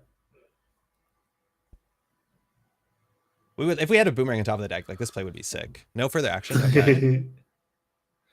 Interesting. So envelopment. Show me something big. Envelopment. Yeah. Okay. Hey, that's not bad. We break it for 9. Wow. If it's an agenda, right? We do. Yeah. We also charge a Kurapir, so it's buy 3 get 1. Nice value. Tranquility. Oh, come on. We have to, right? Go down to 0 with Miss Bones. Yeah. They're poor. We can. And I guess we're clicking for a credit. That was ass. Oh man, Tranquility home grid. That was maybe greedy of us. Well, it looked like an agenda so good. It did really look like an agenda. Like they have an audacity in hand. Rused indeed. Yeah, we're super rused. Your thing about there being an actor in the escape room. Hoketown. Reminded me of a story my sister told me. Her friend is an actor in the Guy Fawkes like immersive experience, which is just like a narrative thing. You don't really do any puzzles, but you just like run through it. And so he's there's a scene where he's playing like a Catholic priest, and he's got a bag over his head and he's like on his knees, and the people come in and they have to like free him. Okay. And he's there, he's doing it. They pull the bag off his head and he looks up and it's his ex-girlfriend and her whole family. No way. And they had no idea? Yeah, they didn't know. They revealed the bag, they just screamed. That's like, so funny. And yeah, it was just awkward. He started trying to do the scene and they just all kept talking over him, like not paying any attention. Oh no. Whoops. Okay. Very funny. Diversion Chesva, we knew that. We probably should have drawn one. Yeah. Okay, at least that was clickless. Right. Okay, so how much does this cost to break? It's now 8 credits. So we could do credit, gamble, run, server 8. You got to, right? Yeah, we might eat a Stavka, but like, when in Rome. They've not been resonant. Yeah, they could have Stavka'd us last turn. I'm good.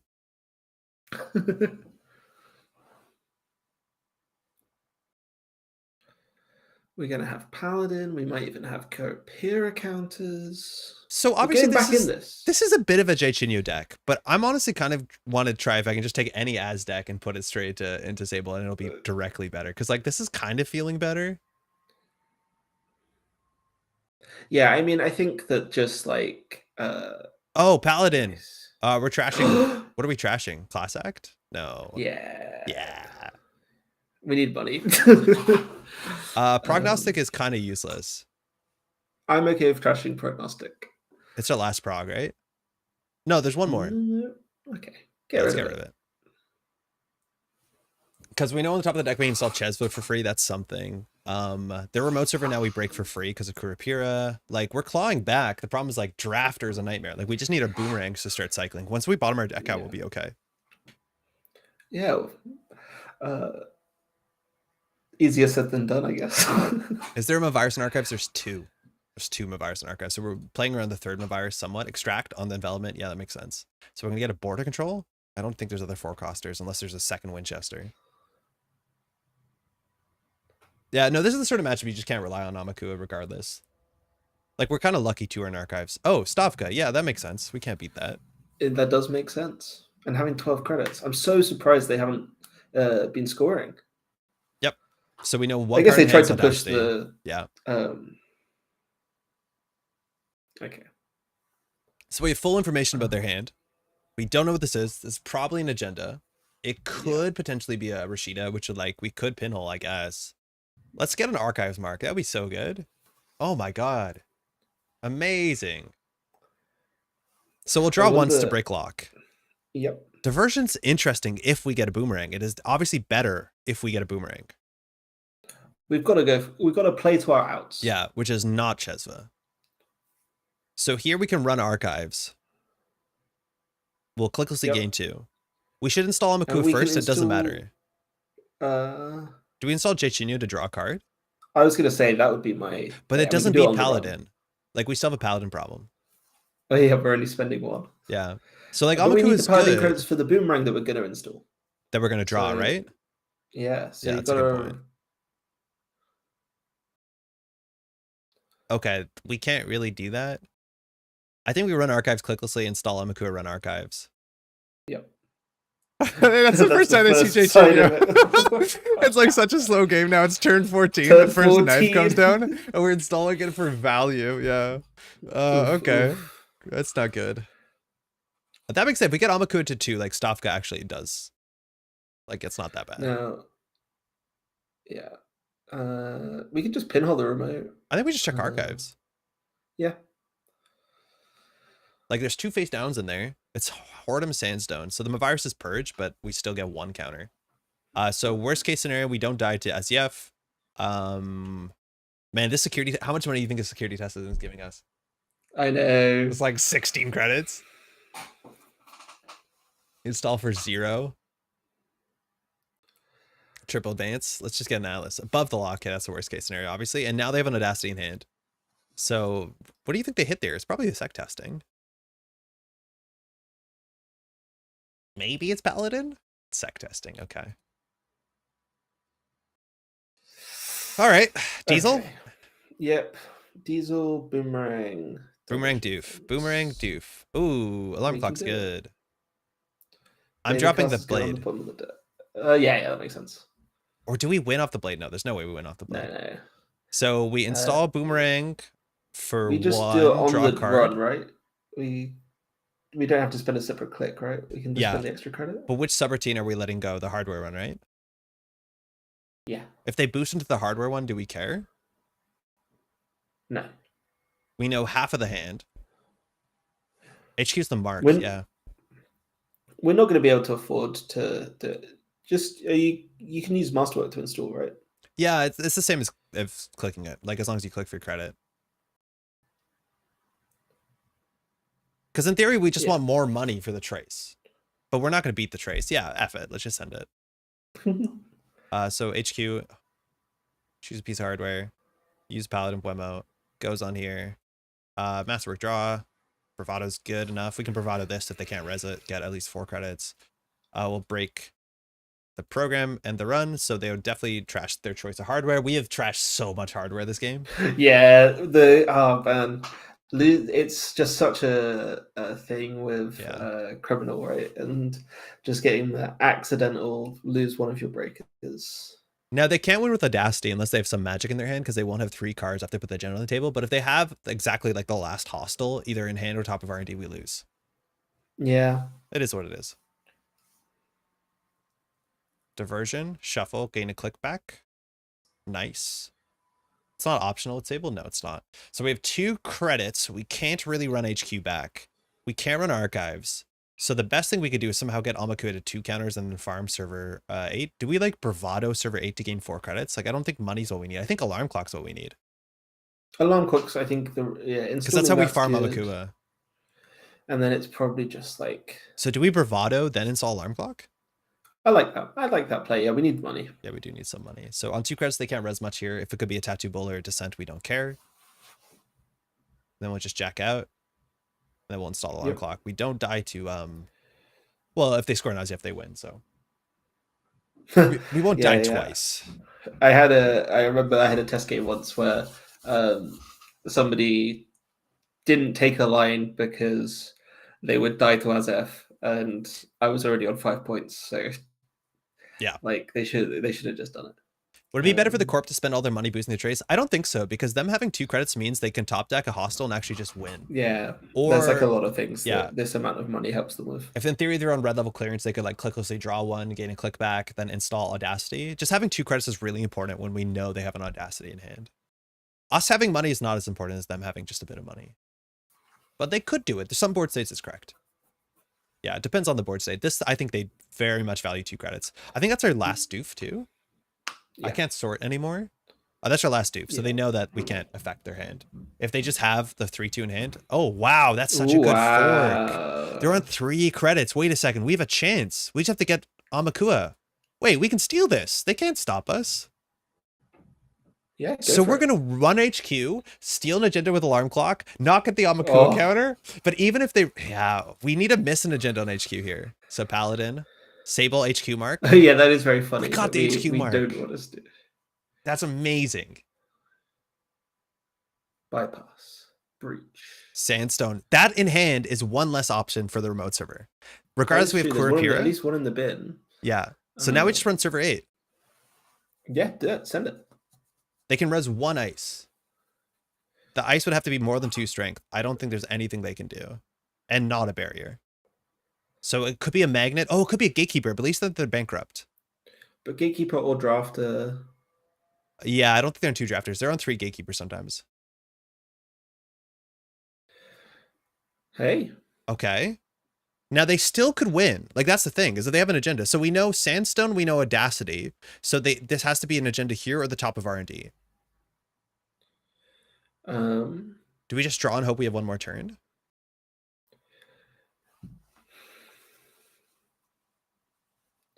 Again, we have no multi-access in the deck. This is a knife deck, so...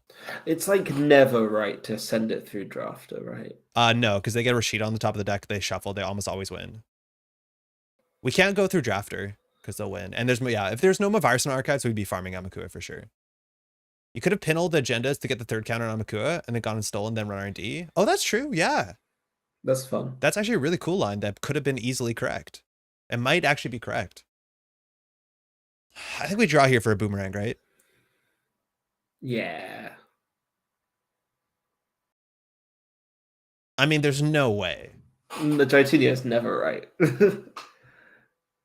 Okay, so we just have to hope they don't have it. Yeah, Chenchling, I think your line is like the coolest line. Yeah. Oh no, yeah, Pinhole doesn't give Amakua counters. We learned that, yeah, because technically the text on Amakua is a breach. Yeah, you can't. Could run server 8 for another counter. We could. Unfortunately, it's too late now. That was another option, pay 2 for a counter. But I think we're just going to hope they can't ice HQ. They hope they don't have it. So we should just draw up. Yeah. Or do we install Daily Cast, which is akin to having clicking for a credit? Because we have Paladin.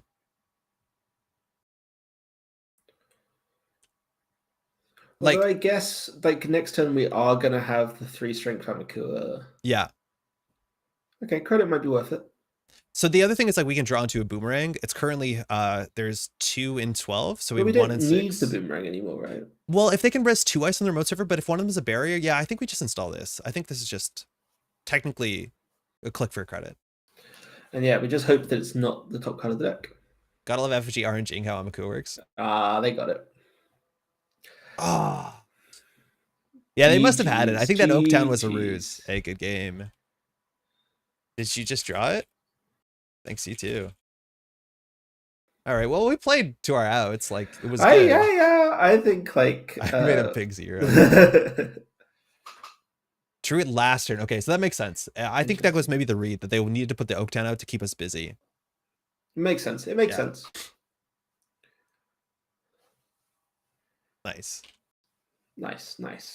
Hey, super fun games. Thank you so much. Yeah, that was actually a lot of fun. We engineered once, and like that's the hard thing. It's 3 deck slots, but that's a really strong win condition potentially for 3. If you did steal Atlas, do you have a way past Stavka? Boomerangs. Just boomerangs. Yeah, you got our killer, and we can't rely on Amakua in the matchup. Yeah, just criminal things. I remember the first UK Nationals I went to, which was 2022. There was like one game I played against Rotage, who was playing some kind of I think it might have been like an outfit deck with a lot of program trashing. And I like just got to do boomerang to like keep myself in the game, and he had like 2 cards left in it at the end, and I just got him, and I was like, I was just in love with Criminal. That was like my like sold me on it. I didn't play anything other than Criminal for like over a year after that. Did you play Geist ever or no? No, Geist before my time. Oh man, play some like low power level Eternal, because like I don't think Geist scales to Eternal level, but like Geist is obviously like what Az is meant to be mimicking, and it's like incredible, literally incredible. You'll like it a lot. There might be a Geist Classique deck. I Yeah, there definitely reckon. is. I'll have to go look for that. Konena, why not Q-Loop? Um, Because, well, in theory, our opponent would have to respect Q-Loop Clot. I don't think they do. It's like, it's very expensive. It costs us 1, we don't draw, and then it costs us another to fire it. It's unlikely that we can afford it. We're probably better off just clicking for credits. yeah. That's my guess. If we had more money, yeah, it's probably right, because we just need access to options, and we would just fire it on their turn. Just pick up Liberty Signals. How's Sebastião? Von Throat, how's it going? Competitively, in terms of like top tier Netrunner, Seb has been like on the cusp of doing anything. The problem right now is like good mid-range Anarch that's not doing any sort of like very interesting build around stuff is just so much more consistent and more powerful. If you ask me, the biggest problem with Sebastião is that floating a tag, which is what some of his cards want to do in the standard format, is untenable because there's just too much relevant tag punishment that will lose you the game. It might have got a bit easier because NBN you don't see as much, but there's like tag punishment in HB, there's tag punishment in kind of everywhere. So the future for him looks bright, but he seems really inconsistent, a bit clunky. But he's my favorite runner in the set, but well, in that half of the set. Obviously. Yeah. Weird things. Yeah, no, everybody wishes it'd be better. I saw some cool lists and I don't think testing is like conclusive. It's been an uphill fight for sure. Yeah, and like Seb's definitely like a runner I've not played as much as I would like to, and I will play more as soon as I'm done like being a real tryhard. But that won't be after until after EMEA, and it probably won't be until after UK regionals. So yeah. I think there's a chance that like there's a Seb deck out there that looks nothing like people have been building Seb decks, where it's like, here's 3 Stargates, right? Like the problem is like Seb struggles to have a reason to run, but you have good ways to like punish ice. So I think there's some weird marriage between the ideas that could maybe make sense. It's just like, it's probably really strange. I don't know if you saw Tuno playing World Tree Seb, and it's like almost consistent enough, but it's really cool. Yeah. Ooh. I just I think that there's like some playing it plays like the kind of engine deck that I want to play. Yeah. Like it does have that, but it's not as-ish feel. Not enough interaction. There's not enough reason to run, which is the problem. Because you're right, it's the closest in Anarch to Geist or to Az, because you have these like, I'm going to do this, which gives me a tag, so I can do this at instant speed. I'll clear the tag to do this. Like you have those puzzles. It just feels more like net installer more than Netrunner, which like some people like that more than others. Yeah. Maybe Seb needs a need chip. Yeah, I think Seb would actually be pretty reasonable if DreamNet got back. Because you could probably, oh, he doesn't have Link. No, that's pretty hard. I'm also a massive proponent of whilst so obviously I've been playing loads of the Ashniko deck, and I think that deck is like incredibly fun. I love Ashniko. But if they do ban Hashiko, I won't be that sad because I still have about 400 DreamNet alt arts that I got printed for last year. They're really good. Yeah, they're really. I love them so much, and yeah, if they can get that unbanned, I'll be very happy. I think at some point there's a chance that DreamNet will be unbanned. But yeah, this altered was just like, I feel like it was just released slightly too late, like right when it got banned, which is a bummer because it's such a nice alter. I sent those cards to the printers the day before the ban list came out. Really? I spent like 150 quid or something getting them printed. The day before the ban list, and Lost Geek messaged me like, "Don't worry, it won't be long until we ban Hashiko and unban DreamNet." And I'm still waiting, Lost Geek. I'm still waiting. I want to let you know the Lost Geek is no longer the head of the SPL team. He has stepped down. That's cool. Yeah. There's a full art of this for those who haven't seen it. With all the text and everything, this is just like, I can't show you the full art because it's not here, but it's really quite good, quite colorful. But yeah, thank you so much for having me on. Yeah, thanks so much for joining. Again, huge congratulations for those who are just tuning in. You'll have the timestamps below. But in short, there was an announcement this week. You can find more on NSG. You can find more on Bob Ramwoo's stream. But a bunch of organizers and players in the UK have started an organized grassroots circuit called the UK Regionals. I'm stoked about it as much as obviously I'm on this side of the ocean. But it's awesome that folks are, there's not only a demand for organized play and more things to go out to do, but that people also are willing to put the time and effort and mainly money to support this sort of stuff and make it happen, which is fantastic. So, hey, well done. I was super stoked. Again, first event is in about 2 months. Probably a lot of folks will be playing in Bergamo in the near future, which is going to be such a killer event. That'll be streamed. Again, if you're playing this weekend, APAC is online. Anybody can play that. You don't have to be in the APAC regions as much as the time zones might not be too kind to you, but that's coming up as soon as Friday night for my part of Canada. Are you playing at APAC? It's way too late for you. It's like 4 in the morning or something. APAC starts at like 3 gone midnight here. Yeah, it's not. I've got teammates who are planning to play. And I think, more like I hope that goes well for them. Yeah, you play the first couple rounds and then see how it goes, and then decide whether you need to go back to bed, which is unfortunate, but that's fine. It is what it is. Yeah. But yeah, no. So if people are, I really, really hope people come to UK regionals. I think they'll be really fun. Check out the NSG article for all of the information. Join the UK Discord server and the regionals channel in there. If you've got any questions, ask them there. Ask me. And yeah, I'm just really, really looking forward to it. I think it's going to be. The prizes are so nice. It's going to be a ton of fun. And again, thank you for having me on. I appreciate that. Yeah, my pleasure. Yeah, we are 3,000 miles away or whatever, but hopefully it's it's just been really nice. So yeah, thank you. Super cool. And with that, we'll be back, or I'll be back on Thursday with a regular scheduled streaming, and from then we'll be doing some casting Friday night and Saturday night at APAC. Can we get a link to the UK Discord server Dave is asking for? How do you get that link? I'll add one to the YouTube comments if you hit more once I do the publishing in a bit. But otherwise, if people want to find more information, is there an easy thing, Yeti? Yeah, it was. It's on the ABR pages, GLC, right? You'll find it. Okay. Yeah, if you you should be able to find it. Yeah, it's quite new, but hopefully we'll stick around. I don't think it's linked anywhere. It's okay. Convenient. GLC might have a link. Yeah, and we'll add it to this thing, and eventually maybe it will be added to ABR. But yeah, do ask around. People want you to be involved, so if you ever feel like I can't find it, just go on GLC, ask, and people will be excited to get to you. Yeah. Perfect. Cool. With that, take care, Yeti. Thanks again for joining me, and we'll be back in a bit. Thank you so much, dude. Ciao. Bye.